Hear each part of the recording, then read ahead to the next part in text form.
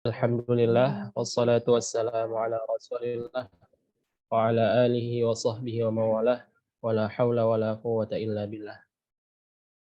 Ya, pertama-tama kita panjatkan puji syukur kita kehadirat Allah Subhanahu wa taala yang mana berkat karunia-Nya dan rahmat-Nya pula kita bisa bertemu kembali ya, eh, bertemu kembali di via online ini, via Zoom. Dan tidak lupa pula salawat dan salam tercurahkan kepada junjungan besar kita Nabi Muhammad SAW beserta keluarganya, para sahabatnya, dan para pengikutnya yang setia hingga akhir zaman. Ya, teman-teman sekalian, selamat malam semuanya. Insya Allah pada sehatnya di musim hujan di Jakarta nih. Oke. Untuk memulai mentoring kita pada malam hari ini, mari sama-sama kita membuka dengan lafaz basmalah bersama. Bismillahirrahmanirrahim. Oke, selanjutnya untuk menambah keberkahan dan syahdunya malam hari ini, mari sama-sama kita dengarkan tilawah yang insya Allah akan dilantunkan oleh saudara kita, saudara Alfian Al-Farizi. Pada saudara Alfian dipersilahkan. Ya, bismillah. Masuk ya suara? Jelas. Oke. A'udzu billahi minasy syaithanir rajim. Innamal mu'minuna ikhwatun fa aslihu baina akhawaykum wattaqullaha la'allakum turhamun. يا أيها الذين آمنوا لا يسخر قوم عسى أن يكونوا خيرا منهم ولا نساء من نساء إن عسى أن يكن خيرا منهن ولا تلمزوا أنفسكم ولا تنابزوا بالألقاب بئس الاسم الفسوق بعد الإيمان ومن لم يتب فأولئك هم الظالمون يا أيها الذين آمنوا اجتنبوا كثيرا من الظن إن بعض الظن إثم ولا تجسسوا ولا يغتب بعضكم بعضا أيحب أحدكم أن يأكل لحم أخيه ميتا فكرهتموه واتقوا الله إن الله تواب رحيم يا أيها الناس إنا خلقناكم من ذكر وأنثى وجعلناكم شعوبا وقبائل لتعارفوا إن أكرمكم عند الله أتقاكم إن الله عليم خبير صدق الله العظيم. Ya, Sadaqallahul Adzim wa sadaqan Nabiyul Karim. Terima kasih kepada saudara Alfian yang telah melantunkan ayat suci Al-Quran. Tadi surah Al-Hujurat ya. Al-Hujurat ayat 10 itu kalau salah. Benar ya, Mas Alfian? Betul. Iya. Jadi sangat indah sekali gitu ayat yang dilantunkan. Kalau kita tahu maknanya itu sungguh mendalam ya, maknanya tentang persaudaraan gitu. Oke, kita lanjut ke buat memanaskan ya, maksudnya pemantik materi kita pada hari ini pada saudara Rifki ya. Pemantik Bukan aku. hari ini Maulana. oh ya, Maulana. Oh ya, pada Bro Maulana dipersilahkan untuk memantik. Assalamualaikum warahmatullahi wabarakatuh. Waalaikumsalam warahmatullahi wabarakatuh. Pada pertemuan kali ini kita akan berdiskusi bersama dengan mengusung tema hal fundamental apa yang bisa membuat umat Islam bersatu. Seperti yang kita ketahui bersama, akhir-akhir ini perselisihan antar umat Islam di dunia pada umumnya dan di Indonesia pada khususnya semakin marak terjadi.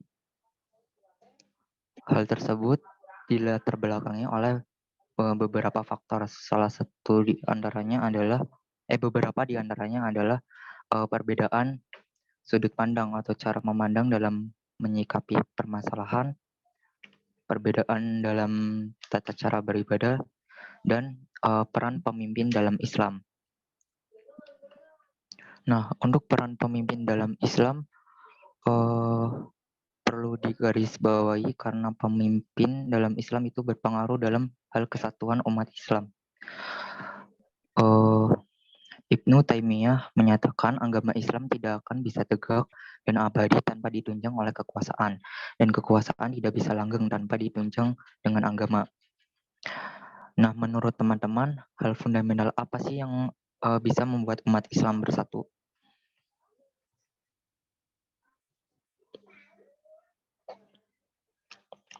Mungkin dari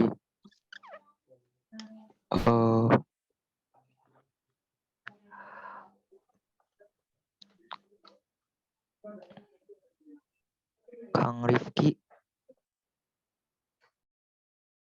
Oh ya, hal fundamental apa ya yang bisa membuat umat Islam bersatu?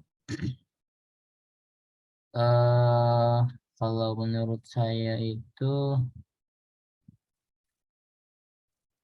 ya itu sih apa namanya, toleransi ya.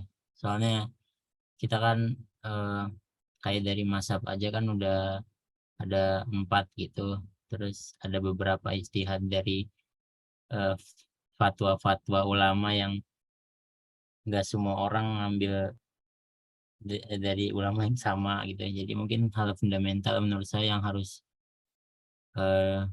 dimiliki oleh semua umat Islam agar kita semakin bersatu ya toleransi tadi, karena banyak apa ya, banyak saya nggak tahu benar, banyak rukyah lah di Islam itu, banyak keringanan, jadi kayaknya ada banyak istihad juga gitu, sehingga kita harus saling toleransi ya gitu menurut saya.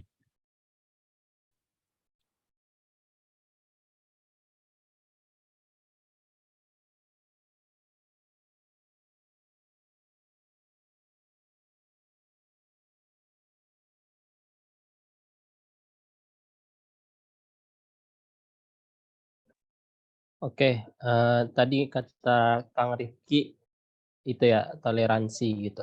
Kan berbagai macam kalangan, golongan gitu yang ada di Indonesia, kita harus toleransi gitu. Ya benar ya Kang Rifki. Ya benar Bro Fakih.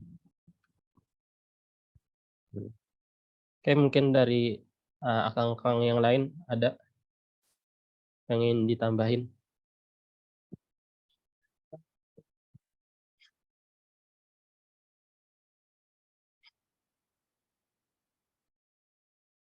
BTW aku mau sedikit nanya sih, mau minta pendapat kalian sih sebenarnya.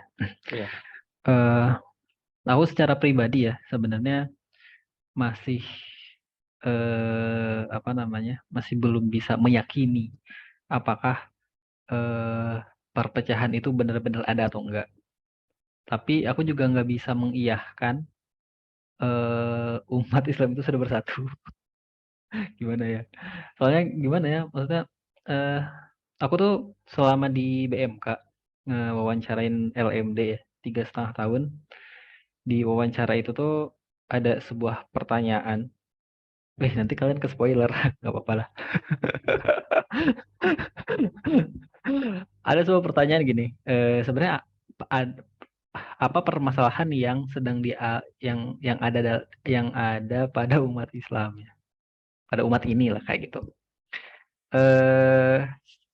Sebenarnya pertanyaan itu nggak menjurus banget ke ini ya, ke hal yang sangat ada di umat Islam banget sebenarnya. Tapi kita sebenarnya ingin menyasar ke permasalahan yang umum secara menyeluruh dan ingin tahu setiap orang tuh mereka punya keresahan nggak sih dalam apa yang ada di sekitar mereka gitu.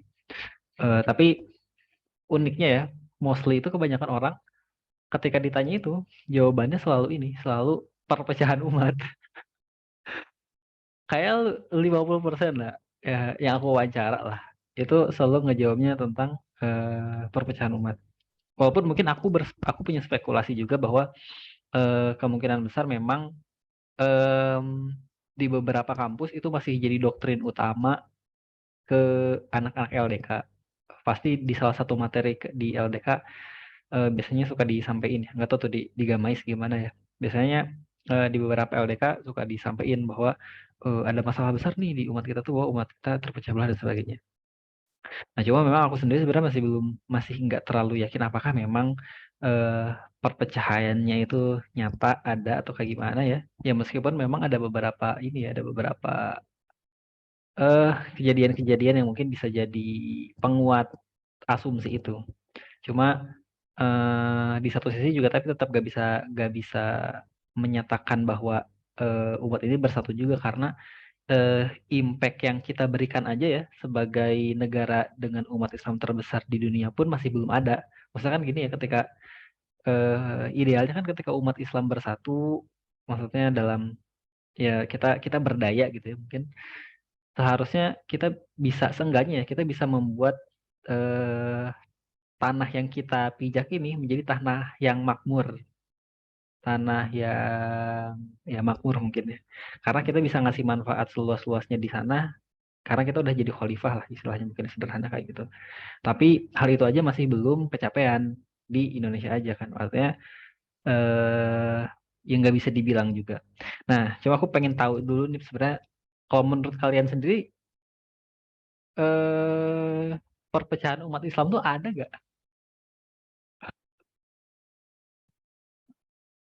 Di hadis sih ada sih ya, jelasnya secara nubuat. Tapi menurut pandangan kalian gimana? Pengen tahu dulu nih, pengen survei. Jangan-jangan kalian melihat sebenarnya nggak ada masalah sih, Kang.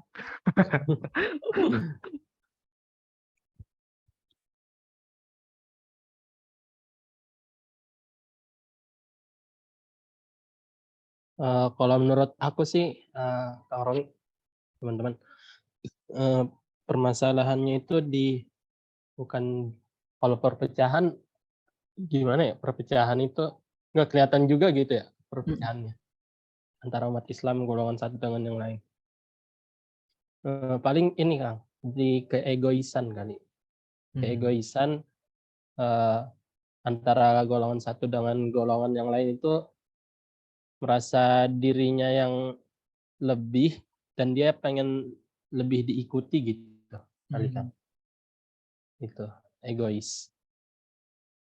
Ya terlalu banyak golongan dan kelompok, jadi gimana ya? Susah juga nyatuinnya gitu.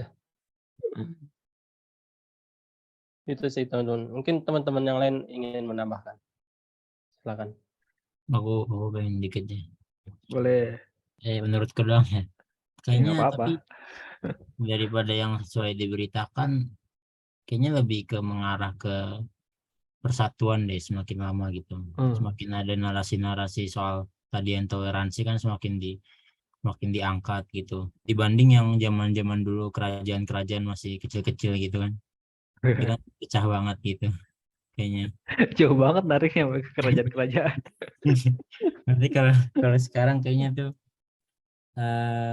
orang lebih meredam emosinya gitu setiap ada kayak isu-isu provokatif yang diangkat gitu, kayak makin sedikit gitu yang marah-marah atau apa gitu, kayaknya mulai apa ya, ya mulai eh, nggak tahu juga sih ya itu masuknya semakin bersatu apa enggak ya kalau gitu.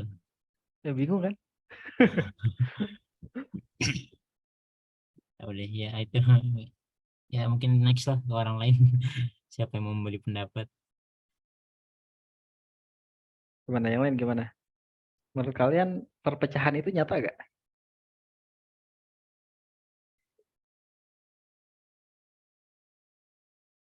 Aku Kang mau coba jawab. Gimana Rehan? Ini perpecahannya, maaf baru gabung Kak. Jadi ngebahasnya perpecahannya dari segi apa ya Kak? Kita belum mengerucutkan ke segi apa sih? Kalau menurut kamu ada Oh, pandangan tersendiri dari segi tertentu memang ada perpecahan dan segi lain yang sebenarnya enggak gitu? sebenarnya kalau menurut saya perpecahan itu pasti ada gitu Kak. Nah, salah satunya dari hal kecil aja kayak misalkan perbedaan pendapat, misalkan dalam keluarga atau segala macam, tapi itu tergantung kita nyikapinnya kayak gimana gitu. Nah, terus kalau masalah kalau kita bawa ke dalam agama Islam gitu, bahkan Rasulullah sendiri kan udah bilang di hadisnya umatnya itu akan terpecah menjadi puluhan golongan kan gitu. Nah, berarti sudah bisa dipastikan perpecahan itu mutlak adanya gitu Kak. Yang kamu Itu aja rasakan sih. saat ini?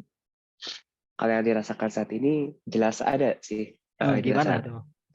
Kayak misalkan contoh di kampus ya. Sebenarnya di kampus itu saya udah mulai nemu teman yang bisa dibilang agnostik, habis itu sekuler, Oke. liberal, Oke. ateis pun ada gitu. Saya udah kenalan dan Hmm. itu termasuk beberapa teman dekat saya juga gitu. Nah, cuma terkadang emang di situ jatuhnya perpecahannya itu kalau misalkan kita nggak sepemahaman gitu. Nanti kadang teman saya itu tiba-tiba suka kelihatan dari mukanya tuh raut wajahnya nggak suka, tiba-tiba ninggalin saya gitu. Tapi untuk kedepannya sih itu kayak berjalan biasa aja gitu. Jadi kita udah termasuk teman dekat juga, udah termasuk teman baik. Tapi saya di situ juga menjaga jarak gitu. Gitu sih Kang. Tapi kan kalau itu ini ya, maksudnya aku nggak tahu ya kalau contoh-contoh tadi kayak kata kamu ada agnostik, ada yang liberal, sekuler. Itu kan apakah itu termasuk dalam golongannya umat Islam apa enggak? Kalau di hadis kan ini ya akan terpecah menjadi 73 ya, 73 golongan. Dan itu Oh, ya kan kayak gitu kan. Ya bisa jadi maksudnya mereka sebenarnya nggak termasuk umat Islam kan karena mereka iya, cara tauhid pun udah beda kan. iya. Oh, maksudnya perpecahan yang di umat Islamnya gitu Kak. Mm-mm. Oh, ya sangat gampang Kak. Islam Ahlus Sunnah wal Jamaah, ada Ahmadiyah, habis itu ada Syiah. Syiah pun kan terbagi-bagi, ada Syiah Rafidho, ada Syiah Ja'fari, Syiah Ismaili gitu kan.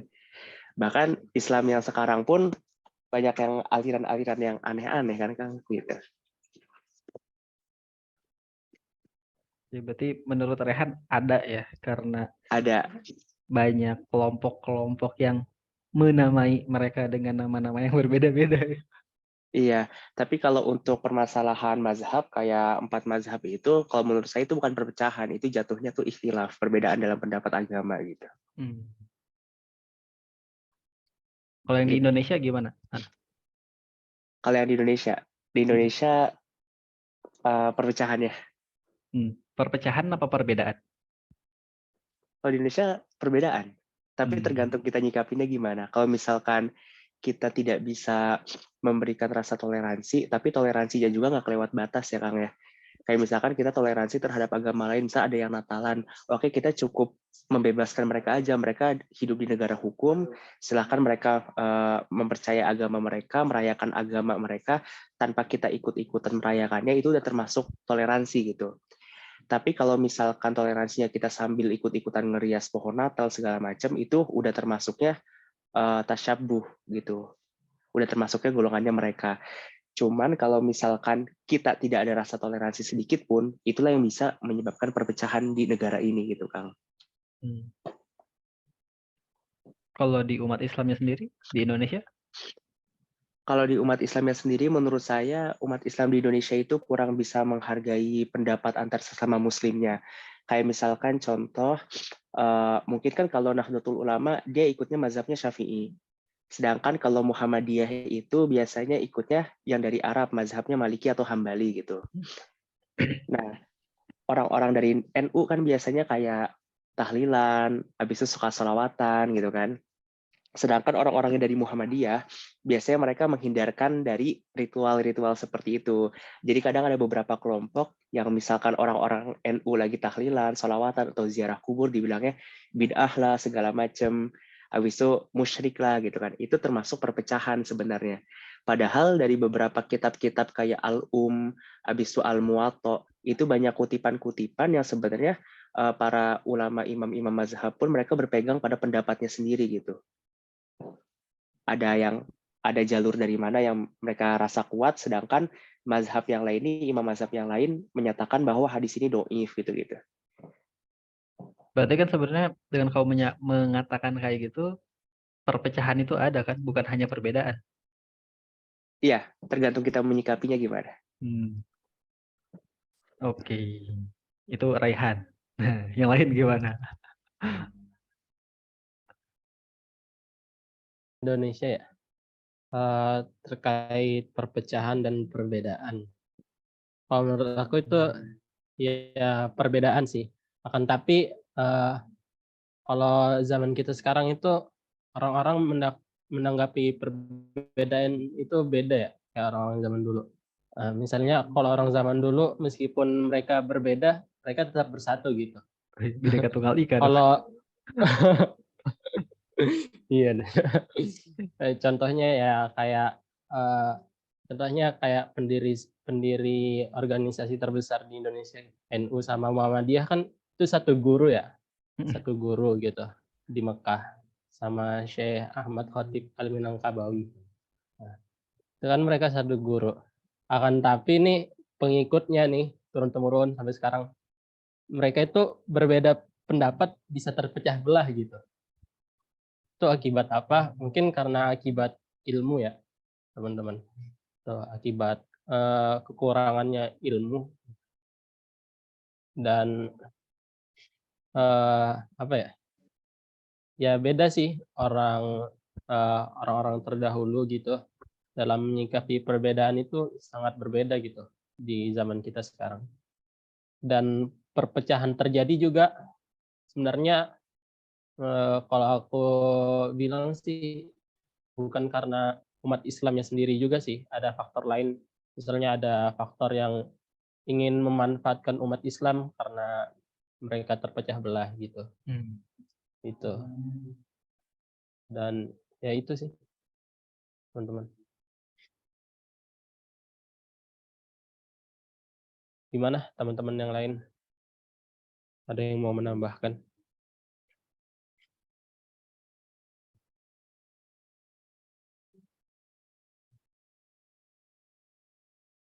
Gimana nih kalau Maulana sama Abdul Rahman setuju gak bahwa di Indonesia tuh ya ada perpecahan di dalam tubuh umat Islamnya ya?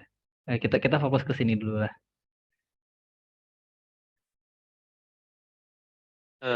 Izin kalau dari Abdul sebenarnya ada, cuman nggak nyampe perang besar-besaran gitu kan. Iya sih. Tapi Abdul Karena setuju ada. karena kan di Indonesia tuh banyak ya golongan itu. Bahkan bahkan gini, Islam yang sebelumnya gak ada pun diada-adakan gitu. Contohnya seperti ada istilah Islam Nusantara gitu. Memang dalam istilah Islam Nusantara itu katanya adalah Islam yang ada di Nusantara, tapi kenyataannya Islam Nusantara itu Islam yang menjalankan khas lokal gitu. Jadi bukan Islam yang ada di Nusantara, tapi Islam dengan kekhasannya. Jadi berpaduan gitu nih. Jadi diadu-adukan lah. Jadi kayak ada agama baru gitu loh. Nah, itu merupakan salah satu faktor perpecahan gitu di antara tubuh umat Islam. Jadi umat Islam generasi ke generasi itu semakin bingung gitu. Maksud bingung itu, jadi Islam yang benar tuh yang mana gitu. Karena kan apa penggaungan dari mereka pun gak sedikit gitu. Jadi besar gitu istilahnya, besar-besaran gitu.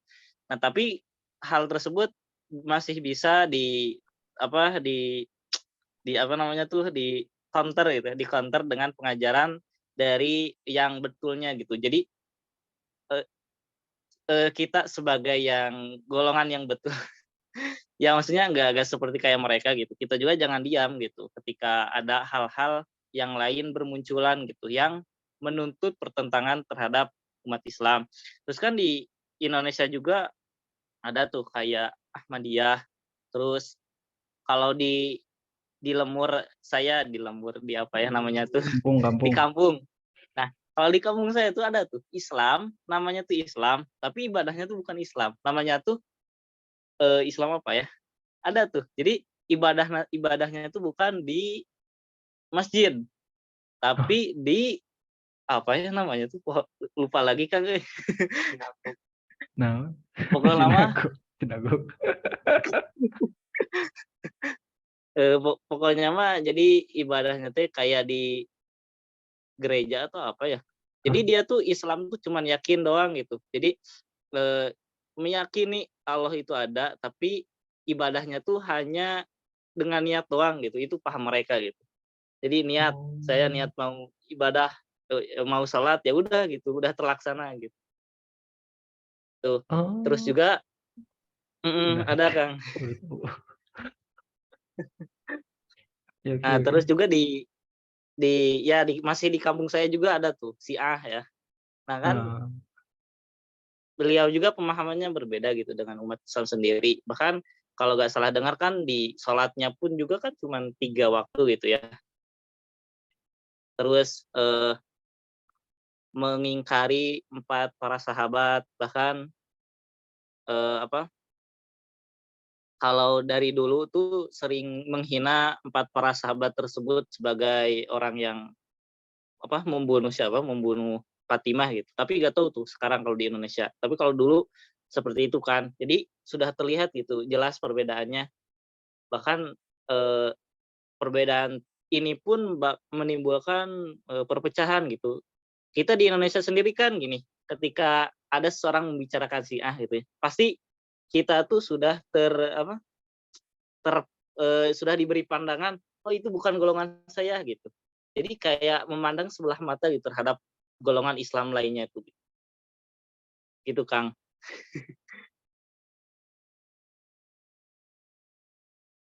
oke. Oh, aku boleh nanya nggak sih? Ya, boleh lah. Ini masih pengen lanjutin dulu. Namanya juga diskusi. Oh iya. Kan apa namanya? Tadi umat Islam itu dalam hadis kan akan terpecah dalam 73 golongan ya. Itu apakah ini cuman nanya-nanya aja. Apakah karena informasi sekarang itu udah lebih tersebar? Karena kan kalau dulu kan kayak masih wilayah-wilayah gitu ya. Jadi kayaknya masih apa namanya ya belum banyak gitu informasi mengenai satu keilmuan dengan yang lain gitu. Apakah karena sekarang udah ada internet, udah ada informasi semakin luas, orang-orang bisa mengakses sekarang kita bisa belajar dari mana aja kan tentang Islam gitu, kayak dari internet gitu. Apakah itu salah satu yang menyebabkan nanti akan terpecah? Itu terpecahnya itu dalam konotasi yang negatif apa kayak perbedaan doang sih apa gimana? Jadi 73 golongan itu apa? Ya gitu sih. Nangkep nggak tahu. Apakah itu terpecah jadi 73 golongannya itu konotasinya negatif atau positif ya? Aku soalnya belum nggak terlalu ituin hadisnya nggak ada yang punya nggak? Boleh izin ini menanggapi nggak? Oke, makasih.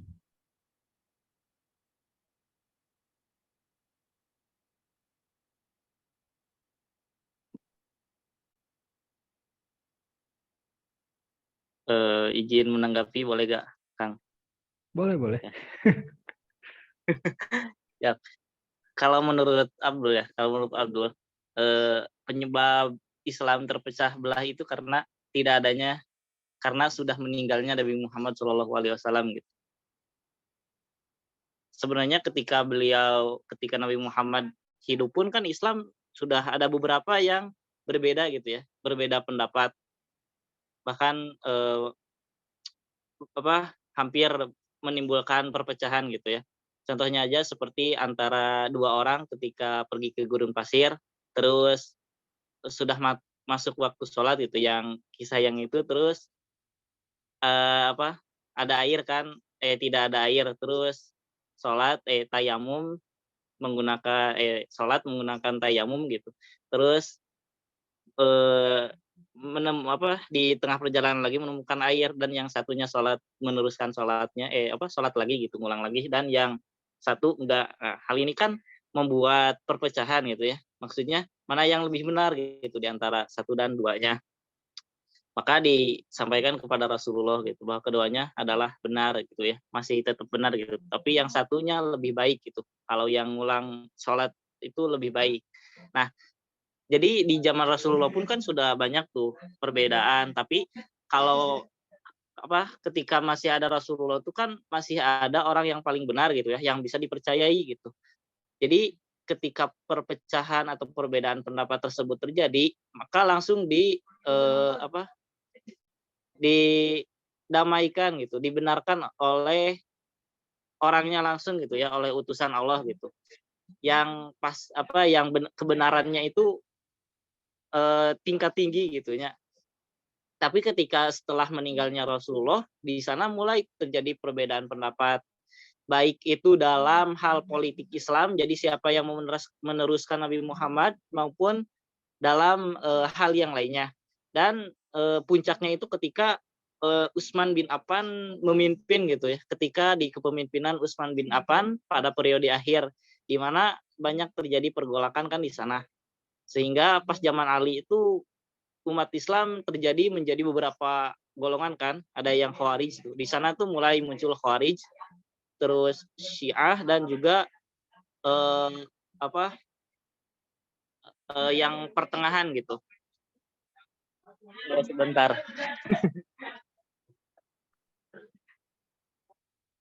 Nah, jadi ketika perbedaan tersebut muncul, sudah tidak ada lagi gitu orang yang mendamaikannya. Jadi mereka hanya mempercayai golongan orang-orang yang mereka percaya doang gitu.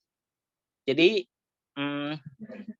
jadi intinya kalau menurut Abdul kayak gitu Kang. Kenapa sekarang umat Islam itu terpecah belah, dan kenapa dulu Nabi Muhammad ada hadisnya gitu, hadis dari Muhammad tentang umat Islam menjadi terpecah beberapa golongan.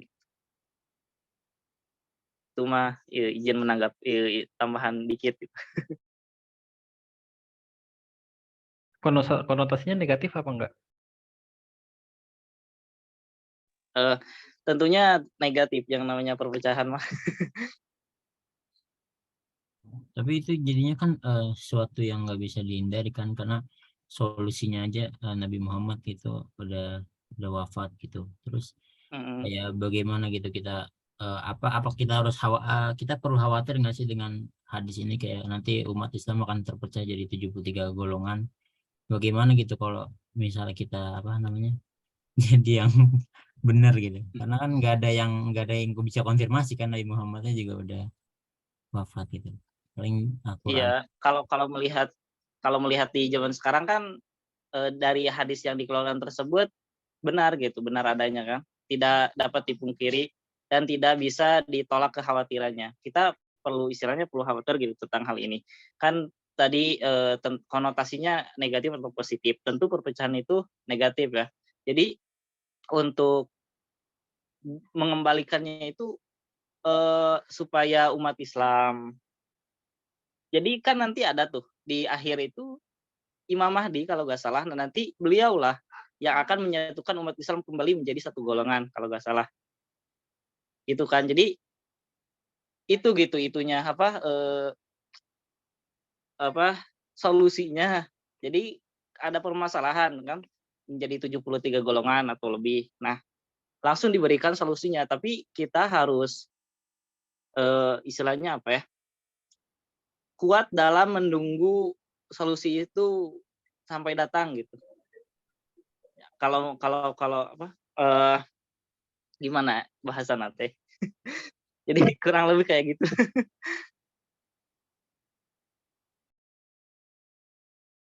Masih Bro Abdul Rahman. Tapi aku mau sedikit tanggapin tentang ini ya, tentang apa namanya kaitannya dengan teknologi informasi. Tadi kan sedikit di ini ya, dikaitin apakah karena adanya teknologi informasi ini justru apa namanya membuat perpecahan itu menjadi lebih mudah terjadi gitu nggak sih? Pi? Nah, justru menurut aku sebaliknya. Menurut aku ya, justru harusnya sebaliknya. Harusnya teknologi informasi itu membuat persatuan, bukan perpecahan. Kalau menurut aku ya, karena semua orang bisa mengakses sumber yang sama, bisa mengkaji hal yang sama gitu. Dan harusnya mendapatkan kesimpulan yang sama dari banyaknya informasi yang ada.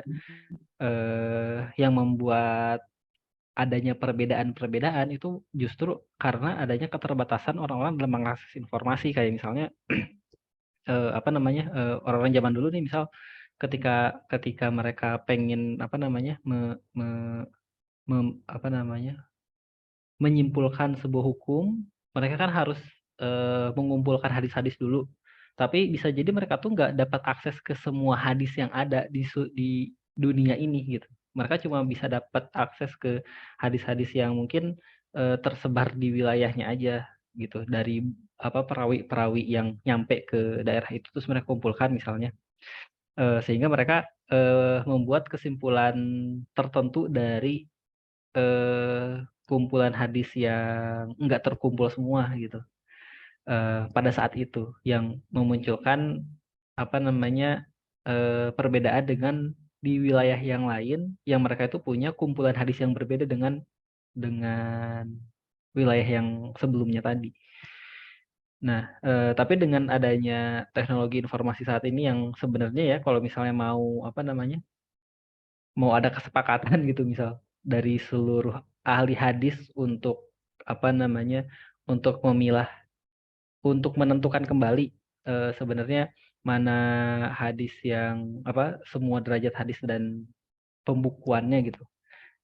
Misal mau dibikin kayak gitu ya mungkin bisa harusnya, tapi kan kayaknya nggak ada sih, kayaknya ya menurut aku mungkin sepertinya masih belum ada apa namanya lembaga yang mengumpulkan semuanya, tapi ya nggak tahu deh, tapi mungkin ada cuma aku nggak tahu aja kali ya. Tapi kalau misalnya memang udah ada seharusnya justru lebih memungkinkan kesatuan dibanding perpecahan perbedaan ya, ya gitu sih mungkin menurut aku ya.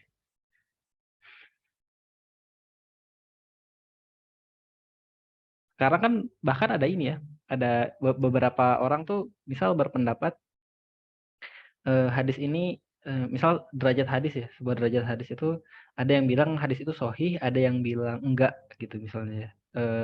Apa namanya ulama-ulama hadis itu ada yang bilang sahih, ada yang bilang enggak terhadap suatu hadis yang sama. Itu sebenarnya sesuatu hal yang wajar di masa lalu itu terjadi. Bahkan kumpulan hadis-hadis sahih Bukhari Muslim pun ada beberapa hadis yang dikritik oleh ahli hadis lain pada yang sejaman dengannya, bahwa ada beberapa hadis yang bagi mereka menurut pendapat mereka itu tidak sahih karena beberapa alasan.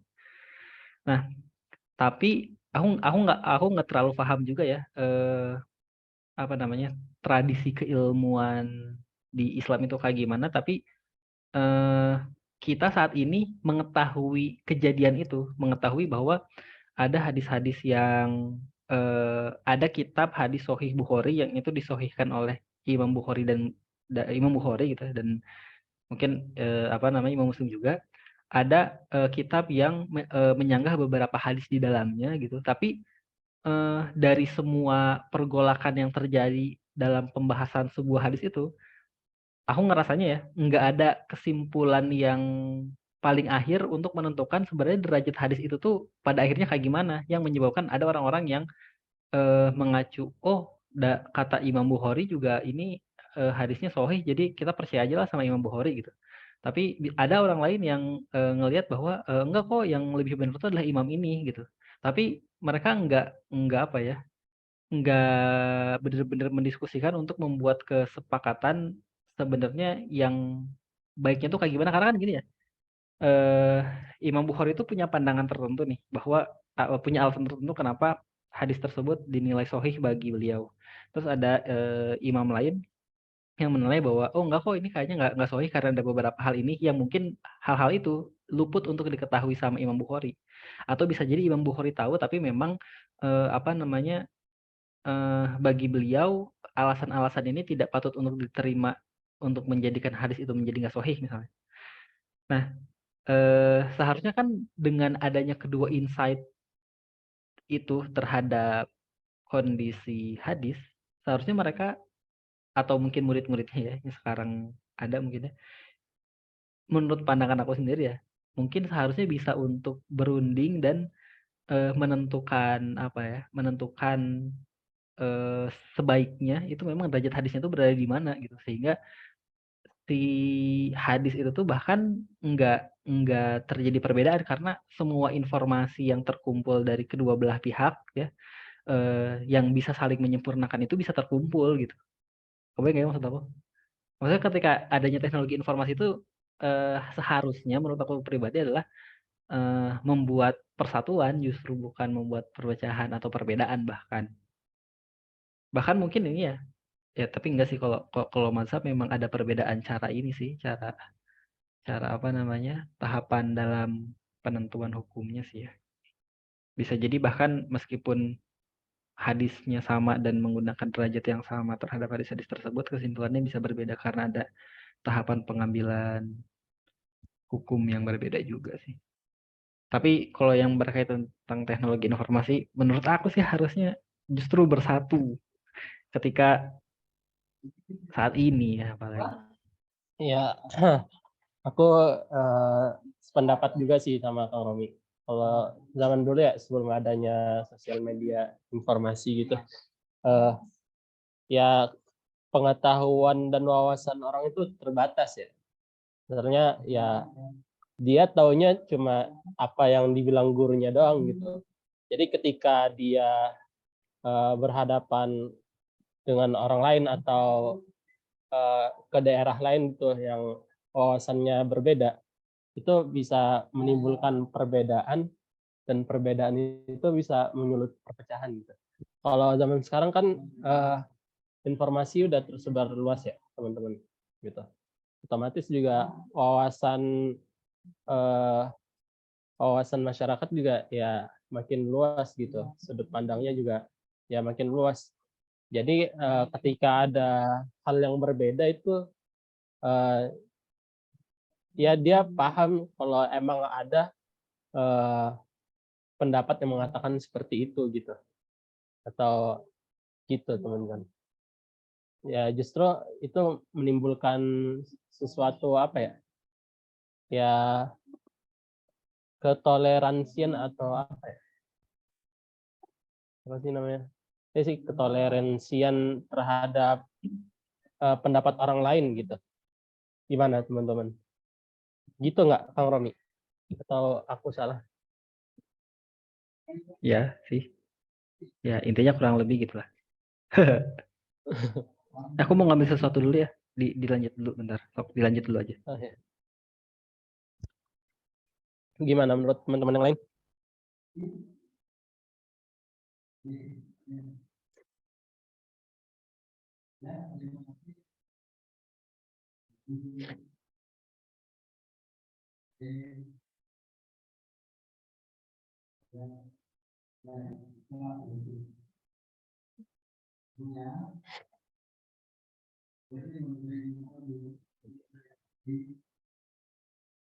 Oh iya.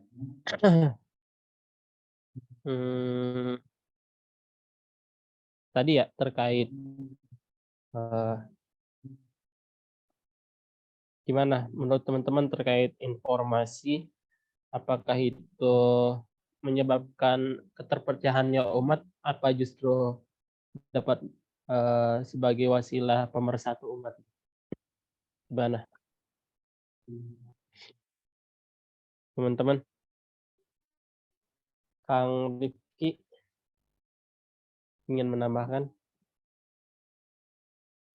atau Kang Abdul?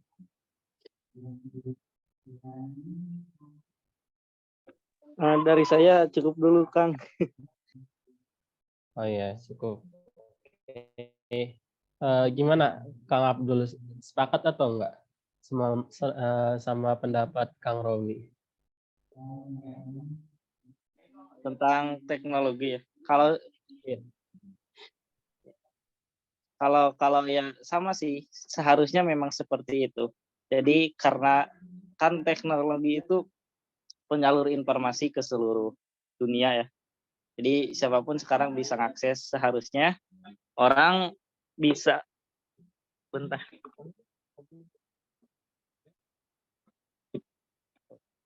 Jadi seharusnya ya orang bisa satu pendapat gitu ya. Namun kan dari dulu sampai sekarang itu masanya sungguh sangat berabad-abad ya.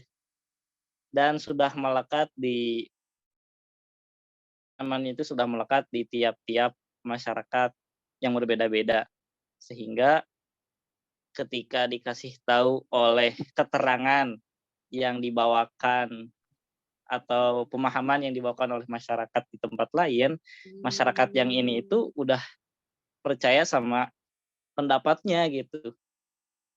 Jadi untuk bisa bersatu atau sependapat dengan orang lain di luar pemahaman dia itu emang susah kalau melihat dari sekarang itu. Karena ya penanaman itunya sudah melekat gitu. Contohnya aja di Indonesia kan ada Muhammadiyah, NU, Persis dan yang lainnya. Kan itu berbeda-beda gitu. Nah, pemahaman itu kan sudah melekat di tiap organisasi itu beberapa tahun lamanya gitu. Nggak mungkin kan sekarang NU, Muhammadiyah, dan Persis itu nggak bisa ngakses informasi gitu ya ke sumber-sumber yang ada di Islam gitunya. Nah, karena jadi mereka tuh udah meyakini gitu apa yang mereka yakini. Jadi untuk meyakini hal lain di luar pemahaman mereka itu emang susah gitu. Gitu mungkin. Tapi seharusnya memang harus seperti itu gitu. Kalau untuk lembaga-lembaga kan kalau nggak salah sudah ada. Di Mesir kan udah ada kalau nggak salah ya, dewan apa gitu namanya, yang memberikan beberapa fatwa kayak gitu. Kalau di Indonesia kayak MUI kali ya.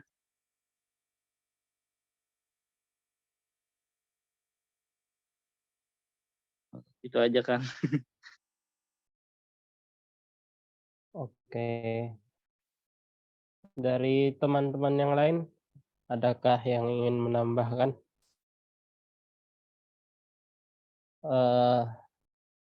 Ada? Kalau nggak ada, aku izin nambahin lagi. Ya, terkait ini ya, teknologi informasi. Terkait informasi ya justru bisa tersebar luas, bisa diakses semua orang gitu. Bahkan dari yang kecil sampai yang besar gitu. Akan tapi juga teknologi informasi sendiri itu juga menurut aku sih ada dampak negatifnya. Satu kelompok dengan kelompok yang lain ledek-ledekan gitu, saling merendahkan. Nah, itu justru malah makin cepat juga kan menyebarnya gitu.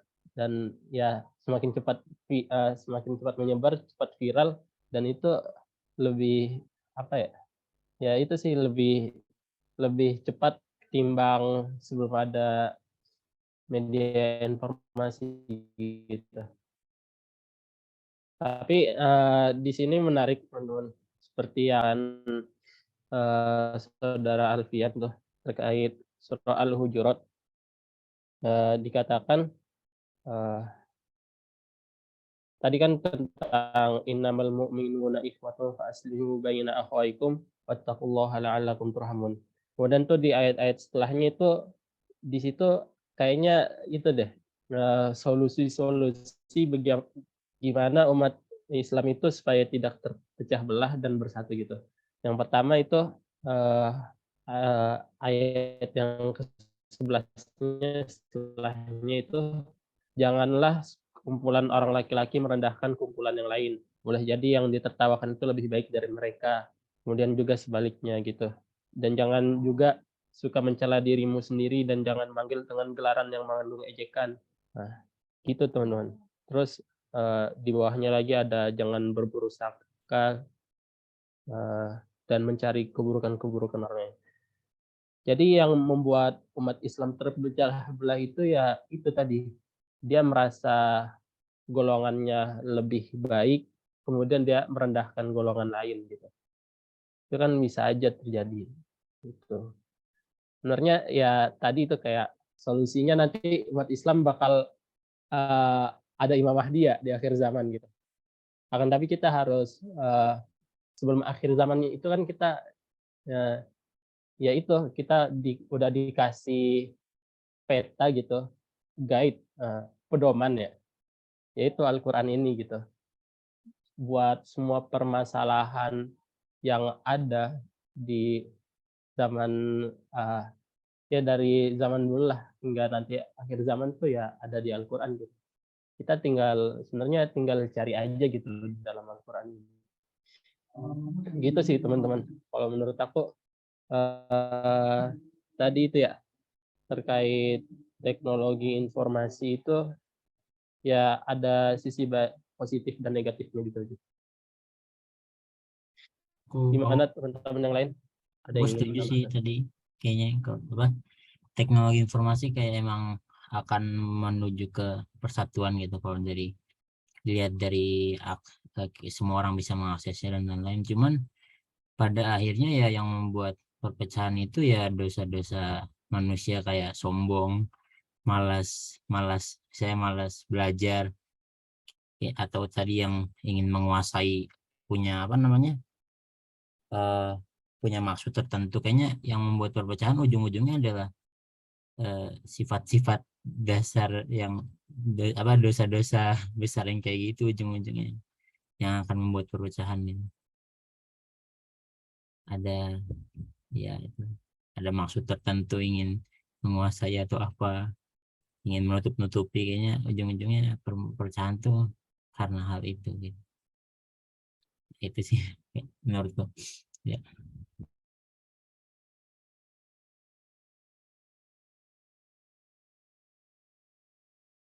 Teman-teman yang lain ada yang ingin menambahkan? Aku enggak nambahin sih, Kang Romi. tapi ingin mengajukan topik lain. Nah, berkaitan sih. Kan tadi ini ya, kita udah ngomongin tentang apa namanya? Sebenarnya ada nggak sih perpecahan di dalam internal umat Islam di Indonesia ya? Dan mungkin beberapa dari kita sebenarnya mengarah ke sebenarnya ada ya. Meskipun memang ada beberapa orang yang melihat itu sebagai perbedaan, tapi sepertinya ada juga sebagian orang yang masih melihat itu sebagai perpecahan ya. Maksudnya mereka masih sulit untuk bertoleransi dalam perbedaan itu. Nah, tapi mungkin yang ketika karena tadi diangkat tentang salah satu hadis yang ini ya, yang menyatakan bahwa apa namanya ya umat Islam itu akan terpecah menjadi 73 golongan dan hanya satu yang akan selamat ya. Pertanyaan aku adalah sebenarnya menurut kalian sendiri ya, si satu ini tuh siapa? Golongan yang mana?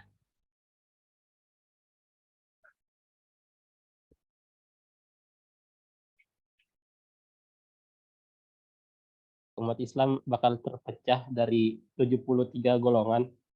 72 golongan masuk neraka, 1 golongan masuk surga. Gitu ya, Kang? Kan? Hadisnya gitu kan? Iya, gitu. Itu udah sahih tuh, sahih. Sefahaman aku ya. Ada beberapa hadis-hadis yang mirip menjelaskan itu, tapi kalau nggak salah hadisnya Hasan, tapi karena apa namanya menjelaskan hal yang sama ya, jadi secara kontekstual mengenai perpecahan itu bisa dikatakan itu udah sahih sih. Termasuk yang satu golongan itu yang selamat. Nah, pertanyaannya golongan itu golongan yang mana? Menurut kalian gimana?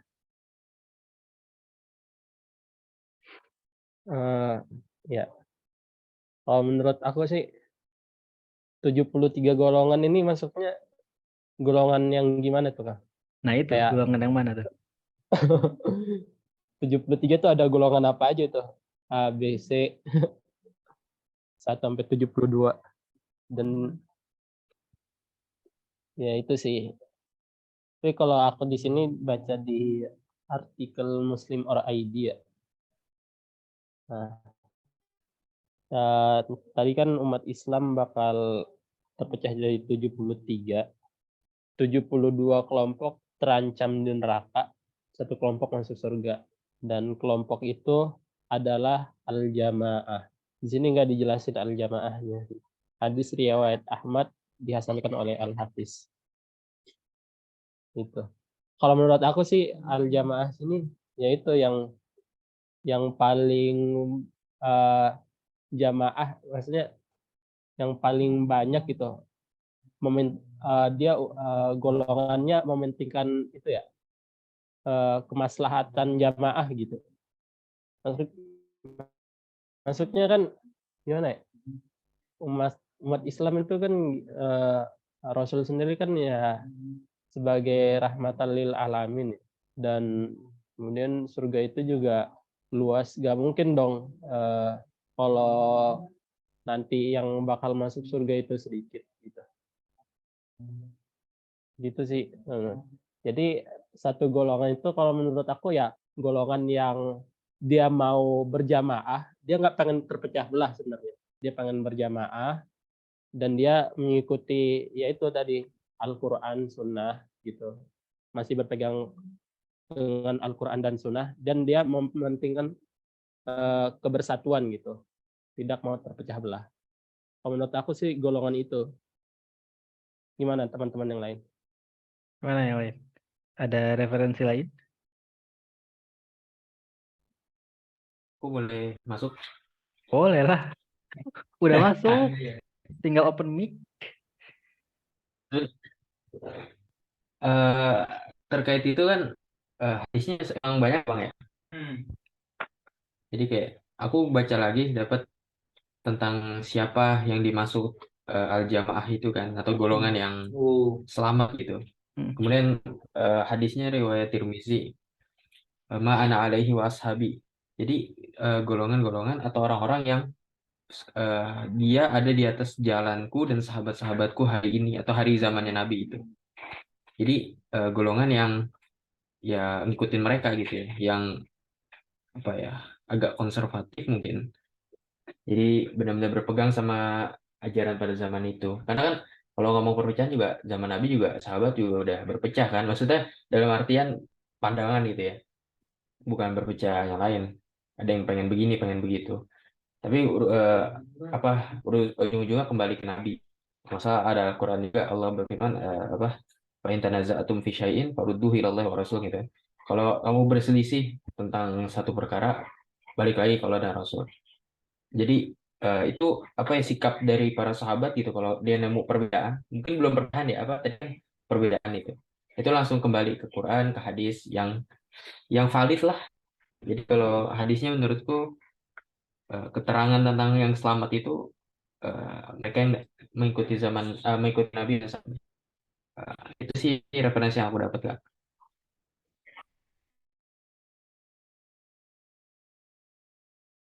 Gimana yang lain, ada yang mau nambahin?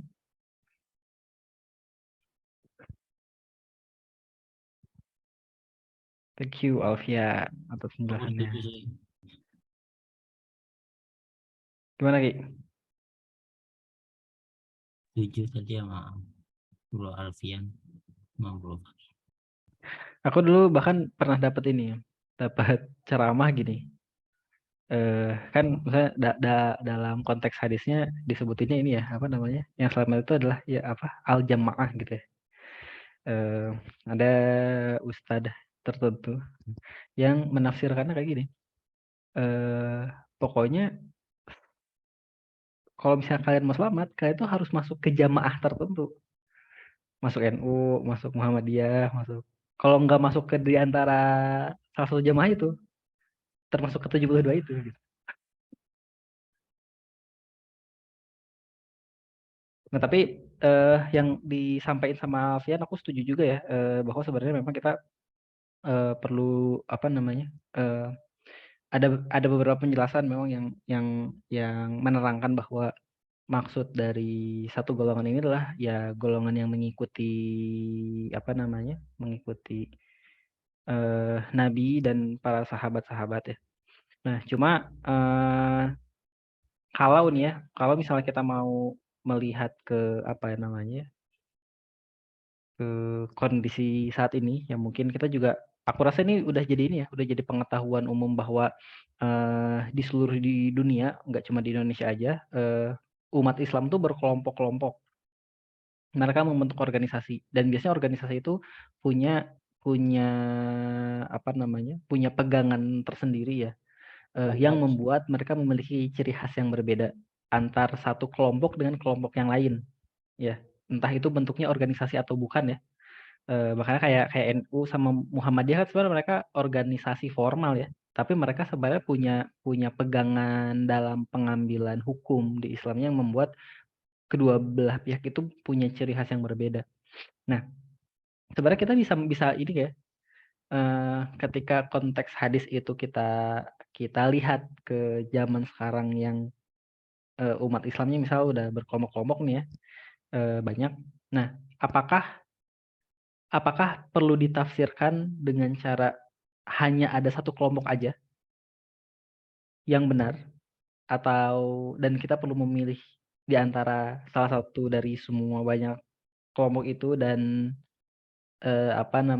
yang lainnya salah ya. Dan kalau misalnya seperti itu, kelompok yang mana yang benar? Pertanyaan sulit nih, Kang. Iya. Atau ada alternatif jawaban lain? Enggak kayak Iya. gitu cara berpikirnya. Iya. Benar-benar. Gimana teman-teman? Tadi kan apakah bisa dibilang 73 kelompok itu 73 kelompok yang ada sekarang? Misalnya kayak NU, Persis, Muhammadiyah gitu. Nah, misalkan emang iya, apakah kita harus milih mana yang benar gitu? Gitu ya, Kang Romi. Ya. Kalau dari aku sih gimana ya? Yang penting nggak bisa dibilang begitu sih. Kalau gitu ya sebesar apa sih kelompok zaman sekarang ya? Ya kecil gitu, kecil dibandingkan jumlah umat Islam. Kalau menurut aku ya selama kalau kelompok-kelompok itu masuknya yang satu kelompok ini di bawah itu ya Ahlus Sunnah wal Jamaah gitu. Tadi kayak Persis, Muhammadiyah, NU gitu. Selama itu masih berpegang teguh sama Ahlus Sunnah wal Jamaah itu. Ya, mau kelompok apapun itu, selama dia masih berpegang teguh sama Ahlus Sunnah wal Jamaah, itu masuk ya satu kelompok itu sih, Kang. Makanya masih satu golongan gitu. Kalau teman-teman yang lain gimana?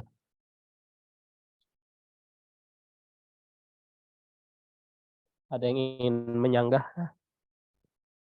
atau pendapat lain?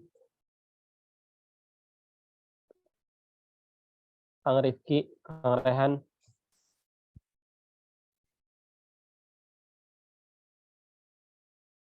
Kang Abdul.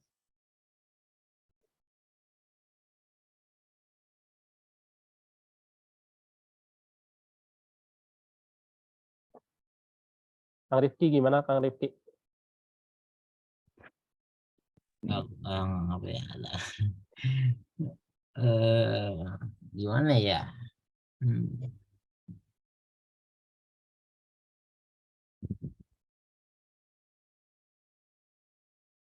Kan golongan ya apa ya? Kayaknya aku nggak tahu sih, soalnya nggak ngerti juga.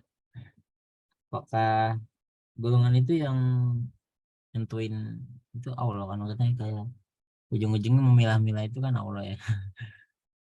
Aku juga nggak tahu gitu kayak ciri-cirinya apa. Mungkin ya yang aku lakukan sekarang ya mungkin kayak ya cuman ya menuju itu aja, ngelakuin tindakan-tindakan yang menuju ke arah probabilitas yang tadi yang Ahlussunnah wal Jamaah itu. Cuman kalau untuk golongan-golongan yang lain aku nggak tahu bagaimana ciri-cirinya gitu. Jadi aku kayak skip gitu. Bingung.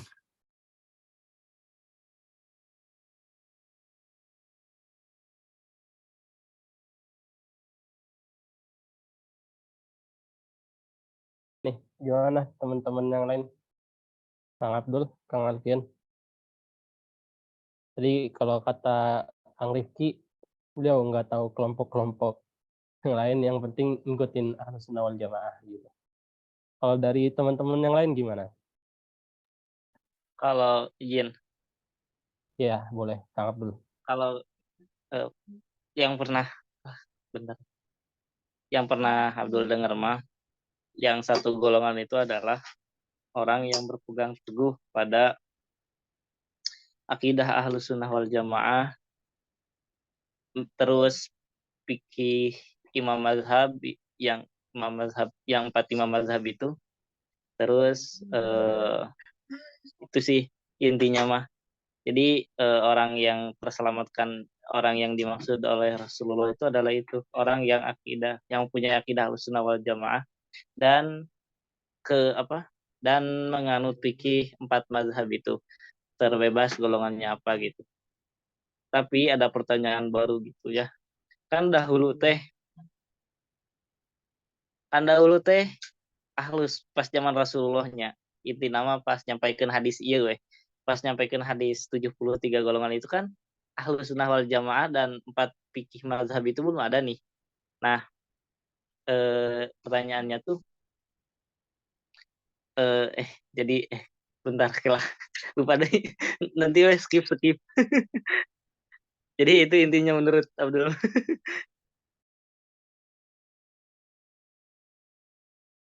Kang Abdul itu ya, Ahlussunnah wal Jamaah itu ya apa tadi?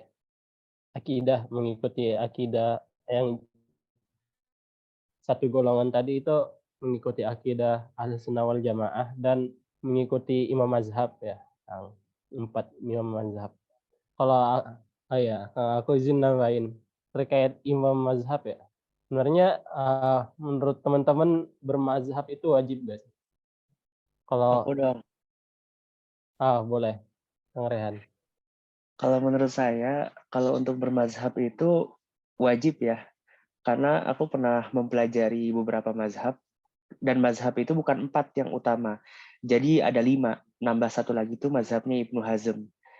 Nah, aku pernah memperdalam kelima mazhab itu, dan emang dari beberapa para imam mazhab, mereka bilang, kalian itu, terutama mazhab Syafi'i, mereka bilang, kalian itu jangan pernah menukil pendapatku, kecuali kalian tahu asal-usulnya dan juga dalilnya gitu.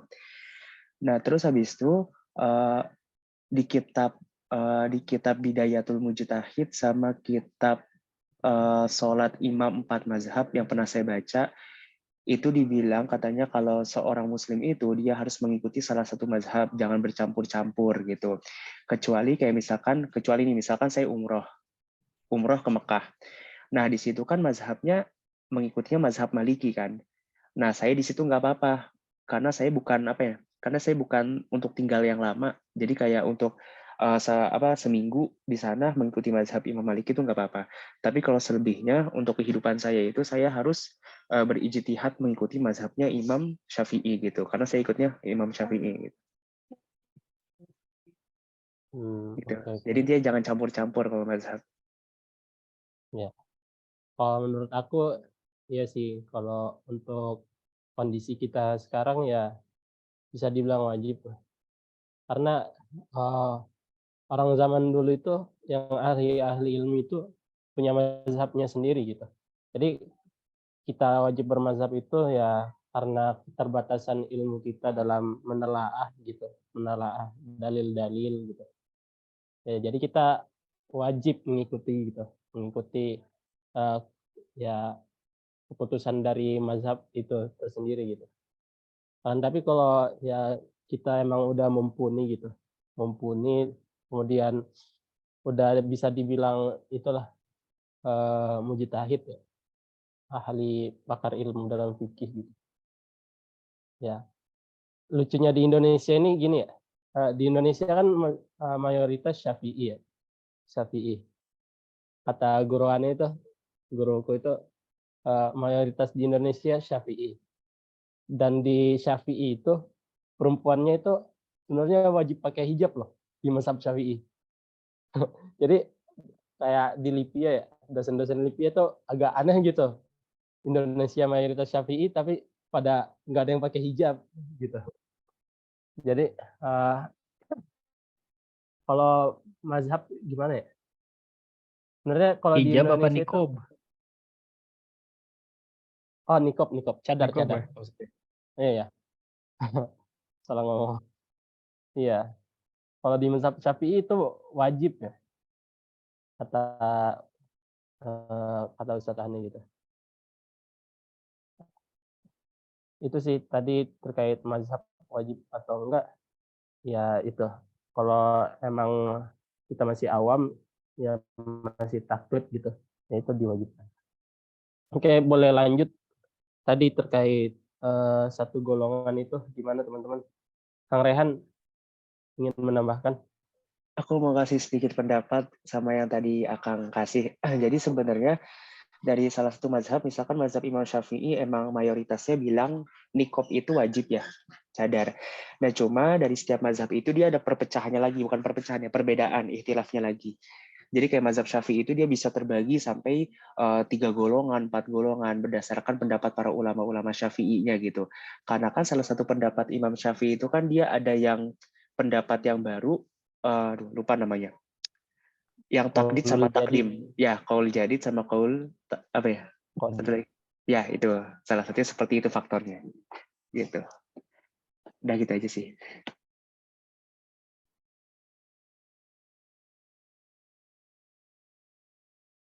Oke. Mungkin kita lanjut ya.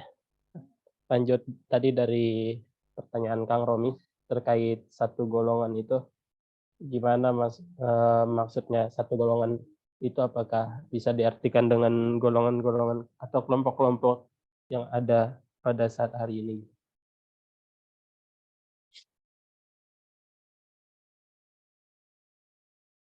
Kalau dari Kang Romi sendiri gimana Kang? Yang lain dulu lah. Kang Rehan gimana? Ingin menambahkan? Iya, tentang apa? Ya, tadi Kang Romi nanya, tadi kan yang 73 golongan. Apakah bisa dibilang kelompok-kelompok yang hari ini itu ada? Apakah itu yang dimaksud 73 golongan itu gitu? Misalkan iya, terus apakah kita harus memilih mana yang benar gitu? Sebenarnya menurut saya cukup simpel ya. Jadi kalau pengen masuk surga sama yang termasuk golongan yang dijanjikan Rasulullah, mungkin salah satu golongan itu ya satu golongan sebenarnya ya. Jadi yang golongan yang mengikuti Al-Qur'an dan hadis dengan benar dan kafah secara keseluruhan gitu. Karena jadi gini, kadang ada beberapa hadis yang emang kita nggak bisa nalar pakai otak gitu. Jadi ada yang bilang mungkin satu golongan, padahal dia itu bisa bercabang lagi. Kayak misalkan aku pernah baca satu hadis yang tentang jikalau seorang penghafal Al-Quran sudah hafal 30 juz, kan dia punya syafaat. Nah, syafaatnya itu nanti bisa buat berapa orang, tapi satu orangnya itu bisa ngajak lagi. Jadi kan itu jatuhnya bukan segitu orang gitu loh, tapi bercabang-cabang lagi. Jadi ibaratnya kayak ya pembelahan meiosis gitu kali ya. Kayak gitu. Nah, terus habis itu kalau untuk masalah yang tadi 73 golongan itu kita, kalau aku sejauh ini nggak bisa nalar itu 73 golongan berarti 73 perpecahan. Kita cari-cari ini di data misalkan data umat Islam dunia, aliran-aliran itu kayaknya nggak masuk akal gitu kan. Pokoknya intinya yang mengikuti Al-Quran dan Sunnah. Sedangkan kalau misalkan ada perbedaan kayak Muhammadiyah, NU, habis itu mungkin kayak Persis gitu ya, itu jatuhnya ke ikhtilaf bukan perpecahan gitu. Jadi mungkin yang dimaksud Rasulullah ini hadis 73 golongan itu benar-benar yang perpecahan yang emang udah keluar dari jalur Islam yang sesungguhnya gitu.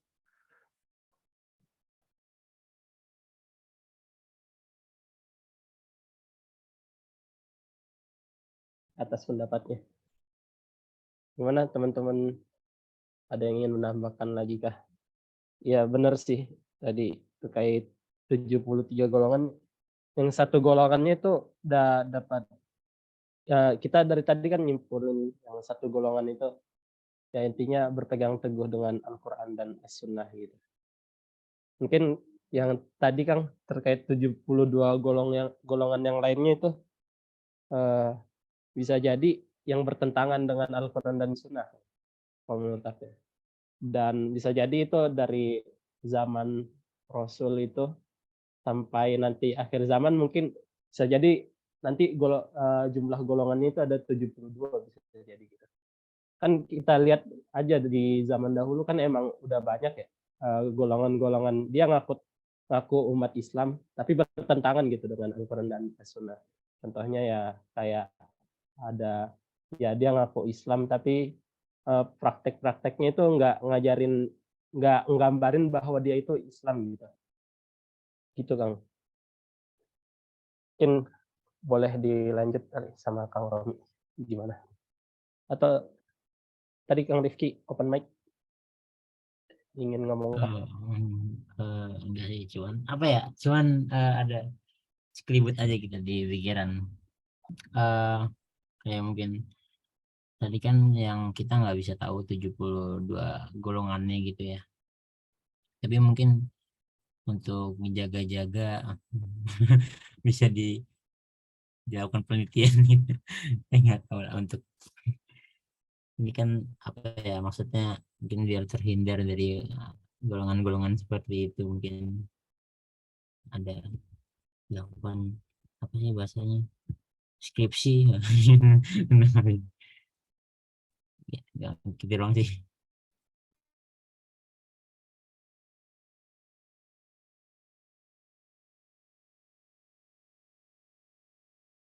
Dicari dulu di Google Scholar apakah sudah ada yang membahas itu Kang Rifki. buat nambah-nambah itu aja mungkin biar Iya. kita Menarik. ini bisa dilanjut dulu aja atau gimana? Oke. Kang Romi. Boleh Kang. Oke. Ini aku mau coba ini ya, pakai whiteboard. Jeng.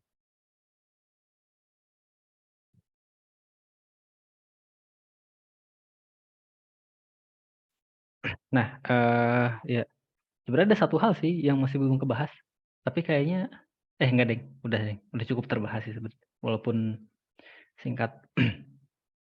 Nah, jadi ini ya, sebenarnya yang tadi kita diskusikan insya Allah sudah on the track, dari mulai apa namanya, kita ngebahas tentang, aduh jelek ya. Ini aku pakai pen tab gitu guys, biar lebih keren gitu. Wah, mudah-mudahan cukup jelas ya, jarang pakai soalnya. Nah tadi kan kita udah ngebahas bahwa Islam tuh jelek 73 golongan ya.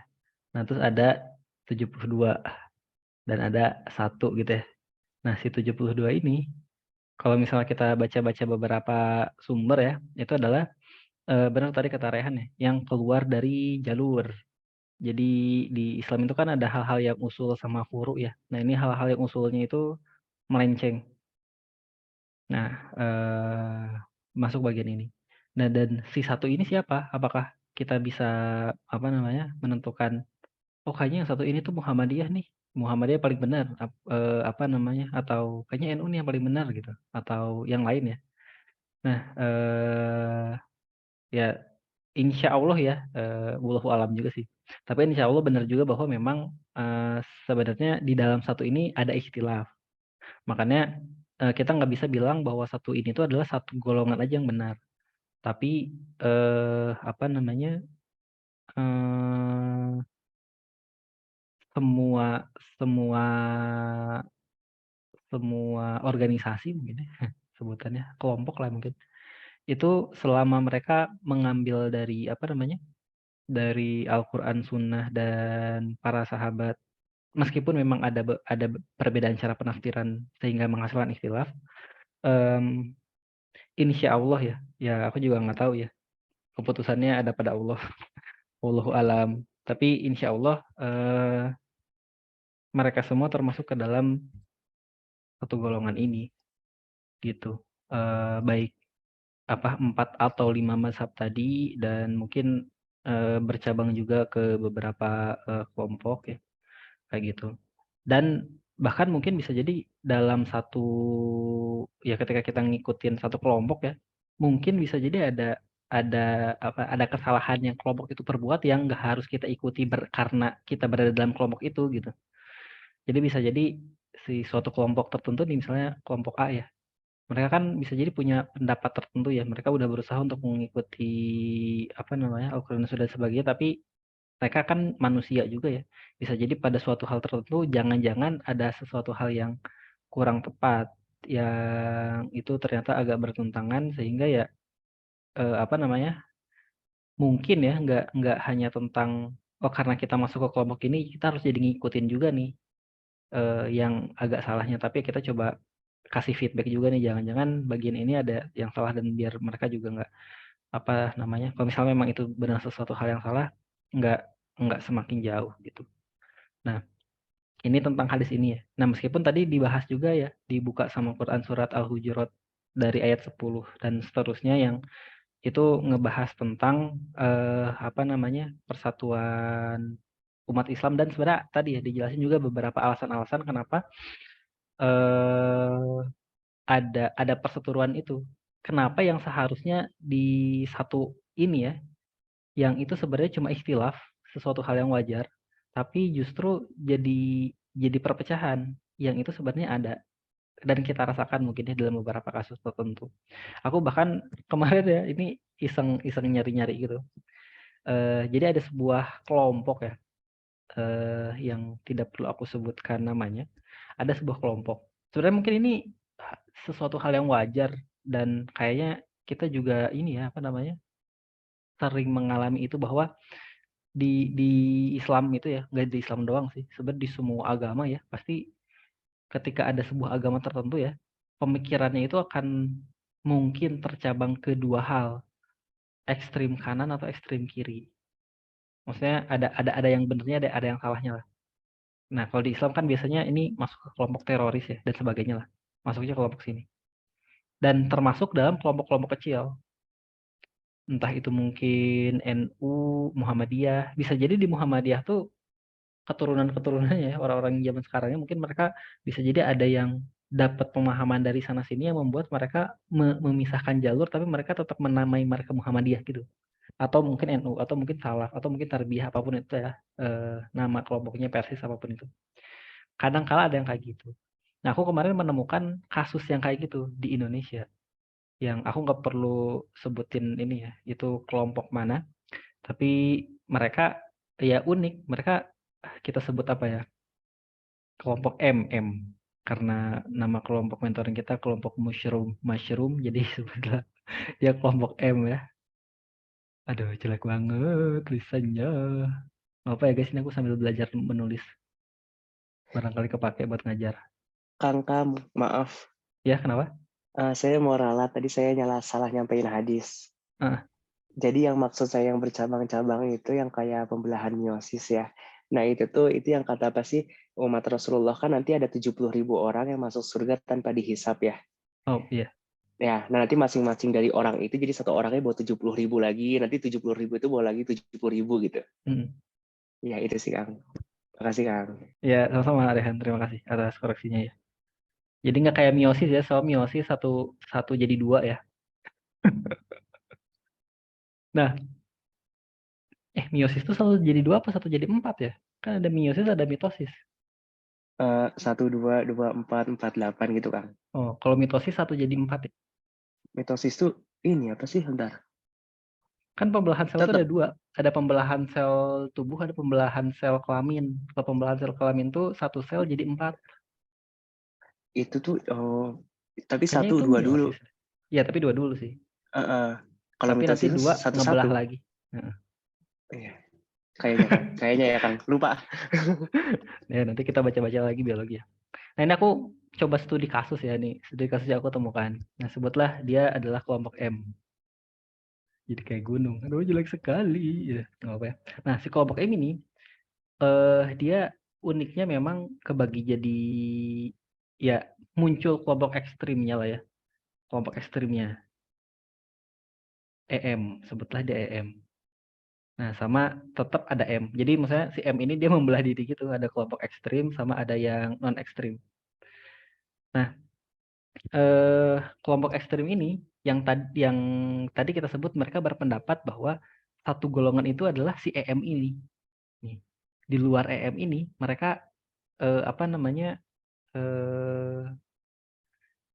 bukan termasuk satu golongan itu. Jadi kayak NU, Muhammadiyah dan sebagainya misalnya ya, itu di luar EM misalnya. Nah, itu nggak termasuk. Tapi mereka tetap menamai mereka sebagai M ya, meskipun mereka ekstrim. Jadi misal ini mangga, jadi mereka tetap menyebut diri mereka mangga, meskipun mereka ekstrim dan menyebut satu golongan itu harus mangga gitu. Sementara ada kelompok mangga yang lain yang sebenarnya mereka ya berpendapatnya nggak kayak gitu. Nah, uniknya gini teman-teman. Ada salah satu ustadz yang dia berada di kelompok mangga yang ekstrim ini, dia menyadari bahwa ada sebuah kesalahan di kelompok mangga ekstrim ini. Akhirnya beliau bertaubat lah mungkin ya, bahasanya beliau ya. Dan beliau ketika beliau bertobat kan beliau termasuk ke kelompok M ini ya, maka beliau jadi nggak ekstrim kan, jadi beliau itu masuk ke kelompok ini nih, ya nggak? Jadi beliau ada di sini nih si ustadznya. Lingkaran aku nggak pernah lingkaran ya. Nah, terus si beliau ini, si ustadz ini, dia karena beliau merasa memang ada beberapa pemahaman yang salah di kelompok yang ini, yang mangga ekstrim ini, beliau bikin semacam nasihat disampaikan kepada kelompok ini. Tapi karena kelompok ekstrim mangga ini tetap menyebut diri mereka sebagai mangga, si ustadz ini bilang bahwa menyampaikan seharusnya kelompok mangga itu apa namanya ada beberapa hal yang salah lah di kelompok mangga yang harus diperbaiki gitu. Si ustadz yang bertaubat ini ya. Nah, tapi nasihat ini diresponnya bukan sama kelompok ekstrim mangga, diresponnya sama kelompok mangga, karena mereka ngerasa bahwa ucapannya ustadz ini bukan menuju ke kelompok ekstrim mangga ini, tapi ke kelompok mangga ini. Yang akhirnya kelompok mangga ini justru nggak merundung sih. Jadi melihat sebagai ustadz ini adalah ustadz yang nggak bagian di kelompok mangga. Dan apa namanya, aku mendengar sedikit ini ya, beberapa rekaman kajian dari ya bantah-bantahannya gitu.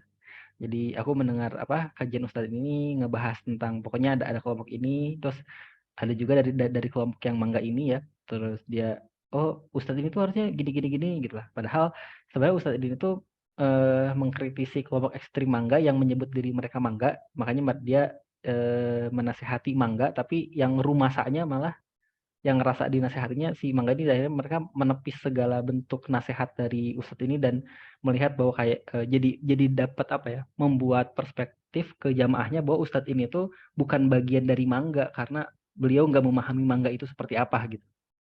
Mudah-mudahan cukup ini ya, cukup nangkep yang aku maksud. Nah, yang akhirnya justru mereka jadi saling cekcok gitu loh maksud aku ya. Padahal sebenarnya ya, mereka semua ini, baik si ustadz yang ini udah bertaubat maupun si kelompok mangga ini, mereka sebenarnya bisa bersepakat bahwa di kelompok mereka tuh memang ada yang ekstrim yang harus diperbaiki. Tapi sayangnya kelompok si mangga ini ya sebagian kelompoknya atau sebagian ustadznya sih mungkin, mereka seakan-akan enggak menepis lah keberadaan kelompok ini dan melihat bahwa nasihat ustadz ini tuh justru buat mereka, padahal sebenarnya ini untuk ustadz nasihatnya untuk yang kelompok ekstrim ini karena ada beberapa hal yang salah. Yang harapannya jadi diperbaiki lah gitu. Karena beliau merasa bahwa keberadaan kelompok mangga ekstrim ini membuat si kelompok mangganya ya itu jadi terkesan jelek gitu, terkesan negatif lah di pandangan orang-orang Indonesia karena ada kelompok ekstrim mangga ini. Nah, tapi si kelompok mangga ini justru melihat itu ditujukan kepada dia dan ya kayak gitulah. Padahal sebenarnya mereka ya aku sih sebenarnya satu pemikiran. Nah, yang mana sebenarnya hal ini tuh muncul aku ngerasanya ya yang ada di surat Al-Hujurat ya tentang apa namanya kita nggak boleh merendahkan. Intinya sih sebenarnya mungkin ya secara sederhana kita tuh nggak boleh sombong. Nah, kita tuh nggak boleh sombong. Khawatirnya kalau misalnya kita ngerasa bahwa apa namanya kita punya kesombongan ya dalam hati kita. Makanya kan ini ya orang yang sombong tuh susah masuk surga ya karena implikasinya tuh nggak kerasa gitu dengan apa yang kita perbuat atas kesombongan kita ini. Jangan-jangan bisa jadi ya maksudnya kita ngerasa bahwa karena ada titik kesombongan yang nggak kita sadari itu, kita ngerasa bahwa kita tuh sebenarnya nggak sedang membesar-besarkan kelompok kita dan kita bisa bertoleransi, tapi sebenarnya kita sedang membesar-besarkan juga. Kita sedang merasa bahwa diri kita atau kelompok kita itu yang paling benar, tapi kita menafikan itu di luar dan kita nggak bilang bahwa enggak kok kita nggak kayak gitu, kita bisa bertoleransi. Tapi sebenarnya di dalam hati kita melakukan hal itu. Kita tetap nggak merendahkan hati kita juga, nggak merendahkan diri kita juga gitu. Nah makanya ya jawabannya ya sebenarnya ya ada di Quran surat Al-Hujurat tadi ya. Ada beberapa hal yang membuat kenapa umat Islam itu bisa jadi share internal ya, meskipun mereka termasuk dalam satu ini ya, yang ini adalah Islam. Kan sebenarnya di 72 golongan yang ini tuh ya beberapa ulama tuh apa namanya bilang menyatakan bahwa itu adalah kelompok-kelompok sesatnya ya, kayak apa namanya kayak Khawarij dan sebagainya lah. Ada kalau nggak salah ada yang udah sempat ngelis juga si 72 golongan ini, tapi ya beberapa cendekiawan lain ada yang ngebantah sebenarnya nggak bisa dilihat kayak gitu. Cuma intinya yang keluar dari akidah lah sebenarnya. Nah sementara kan ya kelompok-kelompok di Indonesia gitu ya sejauh yang aku pahami akidahnya tetap sama. Maksudnya kita semua tuh masih Islam gitu loh. Masih Islam. Tapi kita bergerak atas nama bukan Islam. Makanya kita kadang-kadang masih bisa namain kan. Namain kayak bisa kalau orang-orang NU tuh menyebut diri mereka tuh Aswaja ya. Aswaja, Tarbiyah, Muhammadiyah, Persis, Salaf misalnya. Padahal menurut aku sih ya ibaratnya gini nih teman-teman. Aku punya pensil. Ada pensil. Ada pulpen. Nah, ketika kita menyebut mereka itu pensil, mereka jadi kelompok pensil. Ketika kita menyebut mereka pulpen, kita membuat kelompok pulpen. Kita membagi pensil dan pulpen ini ke dalam dua kelompok yang berbeda, yaitu pensil dan pulpen. Karena kita menamai mereka sebagai pensil dan pulpen. Padahal kedua ini adalah alat tulis.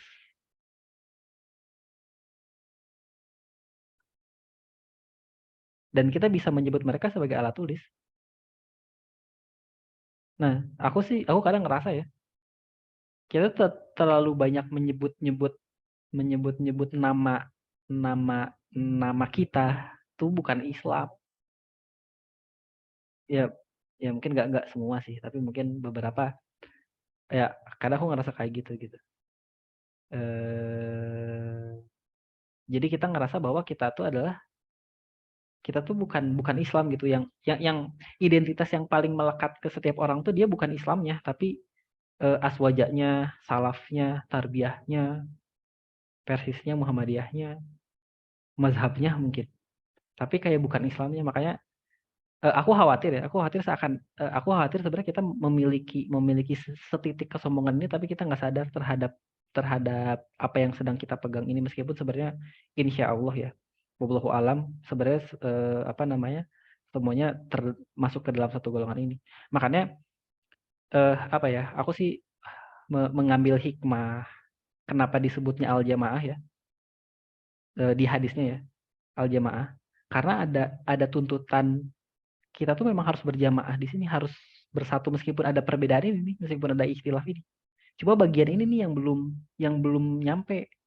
Khawatirnya jangan-jangan, ini aku sedikit ngambil hikmah aja ya, tapi bisa jadi salah kalau misalnya sesuai tafsir. Cuma aku khawatirnya gini, kalau misalnya kita nih si satu kelompok yang sebenarnya sudah dijanjikan dan memang memiliki beberapa ikhtilaf yang menjadikan ada beberapa kelompok tertentu yang ini sesuatu hal yang wajar, tapi kita enggak bersatu dalam suatu jamaah yang intinya di dalamnya masih ada konflik, kita jadi enggak termasuk ke orang-orang yang dijanjikan ini gitu. Dan PR-nya bisa jadi di bagian ininya. Di bagian gimana sih caranya kita bisa hidup berdampingan, bertoleransi sesama gitu. Kawan-kawan kan banyak ini ya, info yang enggak banyak sih, kayak dulu sempat ada Ustadz Firanda ngisi di mana di Di Aceh, Kak. Iya di Aceh ya kalau nggak salah. Terus dibubarin. Terus Ustadz Hanan Ataki ya di Madura apa ya? Ustadz Hanan Ataki. Iya di Madura. Madura ya gitu. Yang kemarin aku sempat ngelihat analisisnya gitu, analisis ya sedikit ada orang yang berpendapat lah. Ustadz Hanan Ataki itu ditolak di Madura itu karena suka pakai bahasa gaul ya, bahasa gaul. Maksudnya kayak Umar bin Khattab tuh premannya Mekah gitu. Jaggernya. Itu kan sebenarnya kalau kata preman itu kan di Indonesia tuh konotasinya agak merendahkan ya, dan itu nggak baik untuk disematkan ke sahabat. Meskipun untuk menggambarkan ke milenial itu cukup mudah untuk diterima ya, kata preman atau jagger itu ya.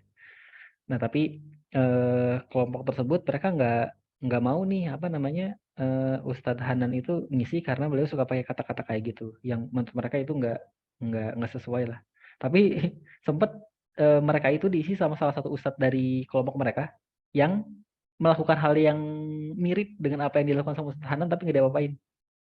Tapi mereka tetap menerima ustadz itu. Dan ada ininya kok, ada ya di analisis itu ada beberapa bukti-buktinya lah bahwa memang ustadz di kelompok mereka itu melakukan hal yang serupa tapi tidak diadili secara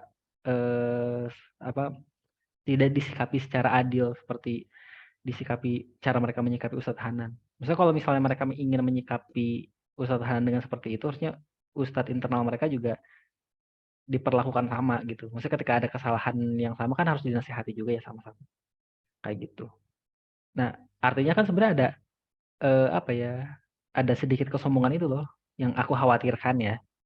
Yang sebenarnya perlu kita perlu kita lunturkan lah. Maksudnya ya kita memang harus berpegang ya tadi kayak kita boleh nih bermazhab, dan ada beberapa ini juga ya. Aku lupa selain sebutannya tuh selain bermazhab itu ada satu lagi sebutannya yang diperbolehkan juga selain harus memegang mazhab ya. Ijtihad. Bukan ijtihad. Yang itu setara sama mazhab tapi bukan mazhab. Aku lupa. Ini ya apa ya sebutannya? Taklid. Bukan. Taklid kan taklid. Nah, taklid itu kan kita bisa taklid ke mazhab tertentu, ya kan? Karena kita kan awam ya. Nah, kita boleh taklid juga ke yang non mazhab tapi itu diperbolehkan juga. Tapi aku lupa namanya. Nah, itu sebenarnya nggak apa-apa. Pemahaman aku ya. Nah, cuma bagian ininya sih yang ingin aku tekankan ya. Si hal berjamaahnya ini gitu.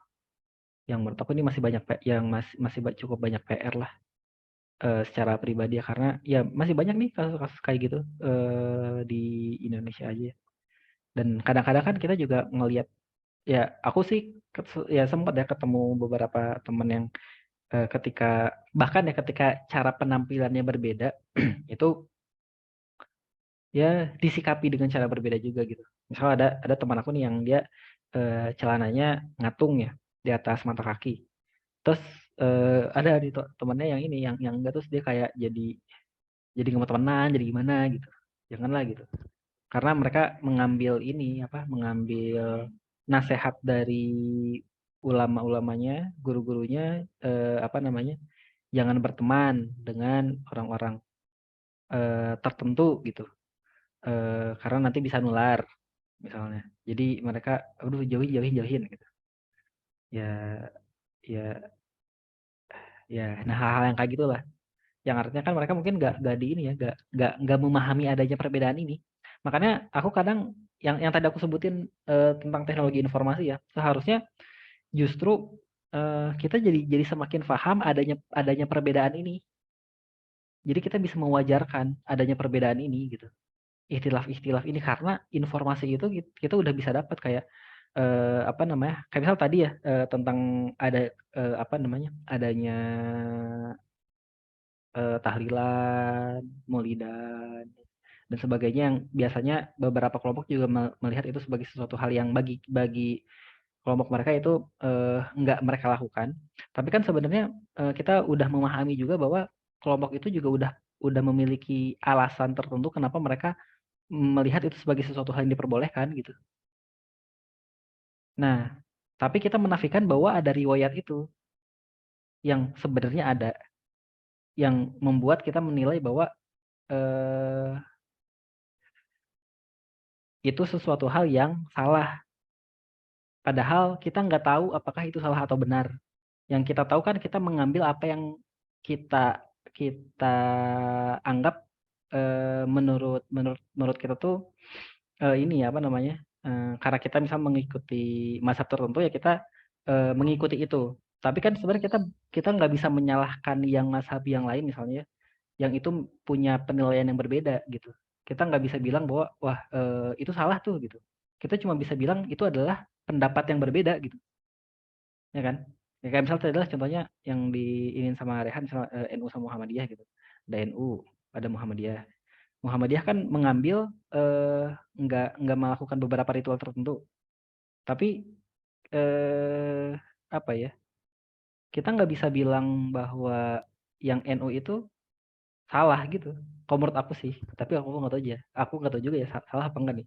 Tapi kalau menurut aku kita nggak bisa bilang itu salah, tapi kita cuma bisa bilang itu ikhtilaf gitu, itu perbedaan. Makanya kadang aku cukup seneng dengan penjelasannya Ustadz Adi Hidayat ya. Ustadz Adi Hidayat apa ya kalau nggak salah. Yang ya beberapa ustadz lah ya, yang kalau ngejelasin tuh pakai beberapa penjelasan gitu, yang jadi jelas kenapa sih jadi ada hukumnya beda-beda, ada yang A, ada yang B, ada yang C, ada yang D. Ternyata mereka punya akar pengambilan hukumnya tersendiri dan kita diminta untuk memilih salah satunya. Nah, kalau misalnya memang kita berilmu ya kita bisa nih membandingkan di keempat ini mana yang kita rasa paling benar kalau misalnya kita memang berilmu ya. Tapi kalau misalnya kita adalah orang awam, kita bisa nih mengikuti salah satunya yang itu inline dengan apa yang sedang kita pegang. Misal berdasarkan mazhab tadi. Misal mazhab Syafi'i ini yang ini nih. Mazhab Hambali yang ini nih gitu. Tapi ya kita nggak bisa sebut bahwa mazhab Hambali itu salah kan. Tapi ya kita cuma bisa bilang bahwa itu adalah cara penafsiran yang berbeda yang enggak kita ikuti, tapi kita mengikuti mazhabnya Syafi'i misalnya. Gitu. Kalau ada orang lain yang mengikuti mazhab yang lain, kita kan nggak bisa bilang mereka itu salah dan sesat gitu misalnya. Nah, makanya ya bagian inilah.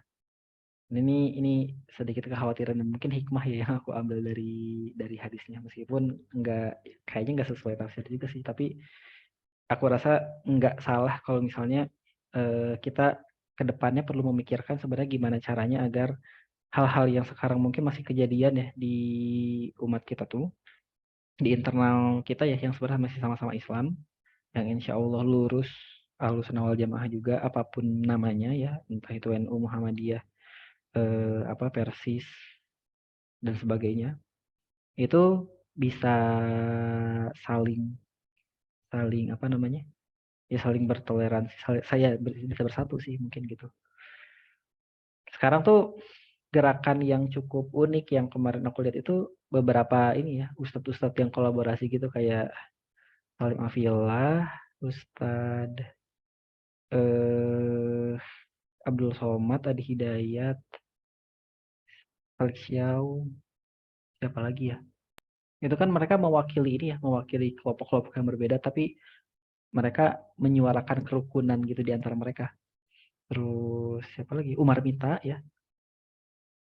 Nah, itu menurut aku cukup unik lah karena mereka ingin menyuarakan bahwa sebenarnya kita perlu bersatu dan ya biasa aja gitu ke umat apa ke pengikut-pengikutnya. Kadang-kadang kan yang salah tuh di pengikutnya ya. Maksudnya si Ustadz tuh nggak bilang bahwa apa namanya yang lain itu salah, cuma bilang kita menurut pendapat kita adalah pendapat ini yang terkuat ya. Tapi si jamaahnya itu menilai bahwa pendapat terkuat itu adalah yang benar dan yang lemah itu salah gitu. Sehingga mereka menilai bahwa yang lain itu sesat gitu. Nah, poin itu tuh jarang dikuatin gitu aku ngerasanya.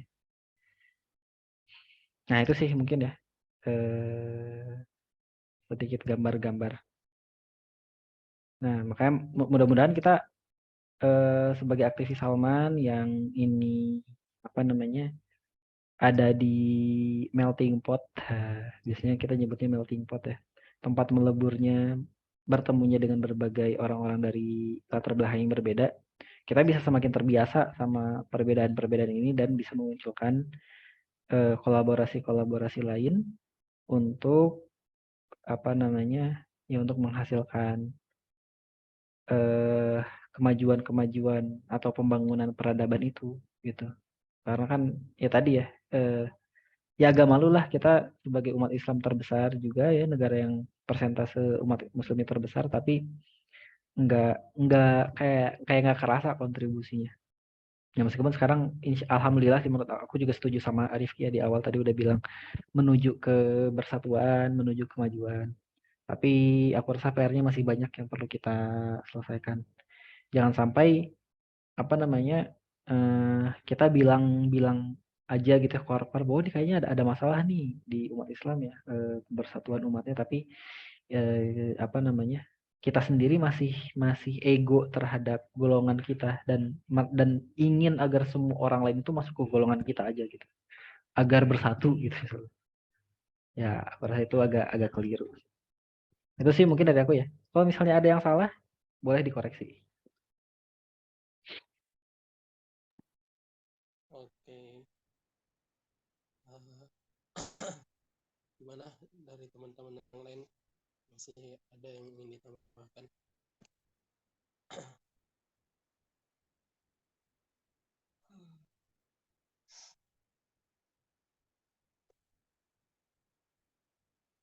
Kalau nggak ada berarti insya Allah udah cukup jelas ya, sangat jelas. Nah, insya Allah ditambahin analogi sama Kang Romi terkait perpecahan dan persatuan umat Islam yang ada di Indonesia.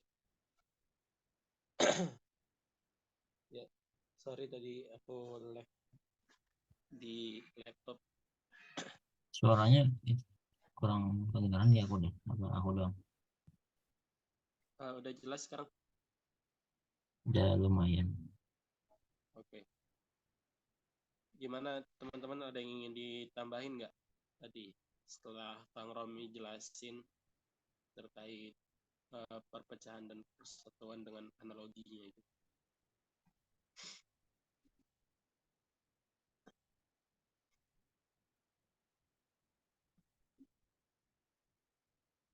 Dari Kang Rifki sendiri gimana? Oh, ya. Seru diskusinya menarik, sangat menarik. Ini kita bisa ikut mentoring setiap tahun ya Pak? Apa cuma sekali doang? Jadi mentor ya kalian habis ini. Iya. Gimana dari Kang Rehan? Ada yang ingin disampaikan? Yang ingin disampaikan ini aja sih, mohon doa sama teman-teman semuanya sama akang-akang semuanya. Aku lagi ada satu masalah yang cukup besar dan cukup rumit. Jadi mohon didoakan semoga cepat selesai. Besok itu hari penentunya. Ya, mohon doanya teman-teman buat teman kita nih Rehan. Minta doanya semoga dilancarkan ya urusannya. Oke. Dari Kang Abdul, Kang Alfian, ada yang ingin disampaikan setelah pemaparan yang disampaikan Kang Romi tadi?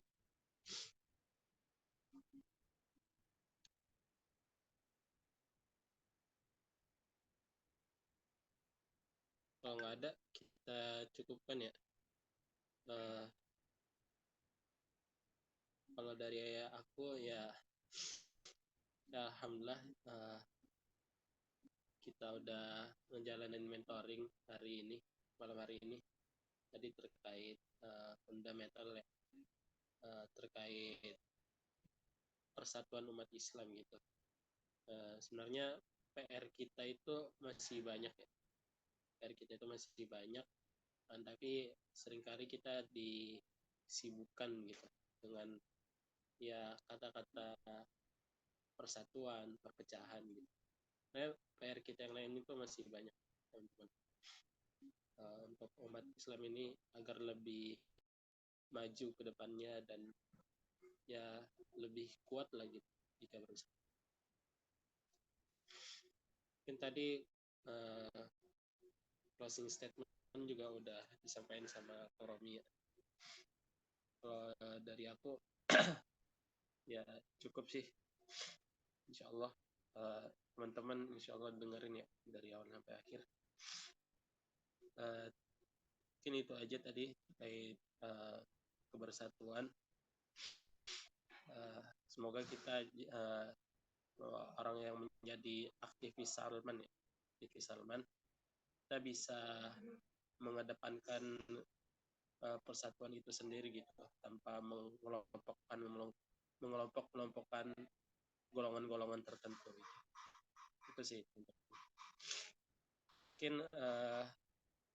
ini ya bisa kita bahas pada malam hari ini. Semoga ini dapat menambah wawasan kita dan ilmu pengetahuan kita, ilmu yang berkah, insyaallah. Mungkin kalau nggak ada yang ingin ditambahin lagi, kita cukupkan ya, Kang Robi. Oke, sebelum ditutup, kita boleh foto bareng dulu. BTW worksheet-nya jangan lupa pada diisi ya. Iya, aku belum ngisi. Oke. Lompat lagi. Sebelum nyampe akhir mentoring nih. Mentoring kapan? Akhir mentoring itu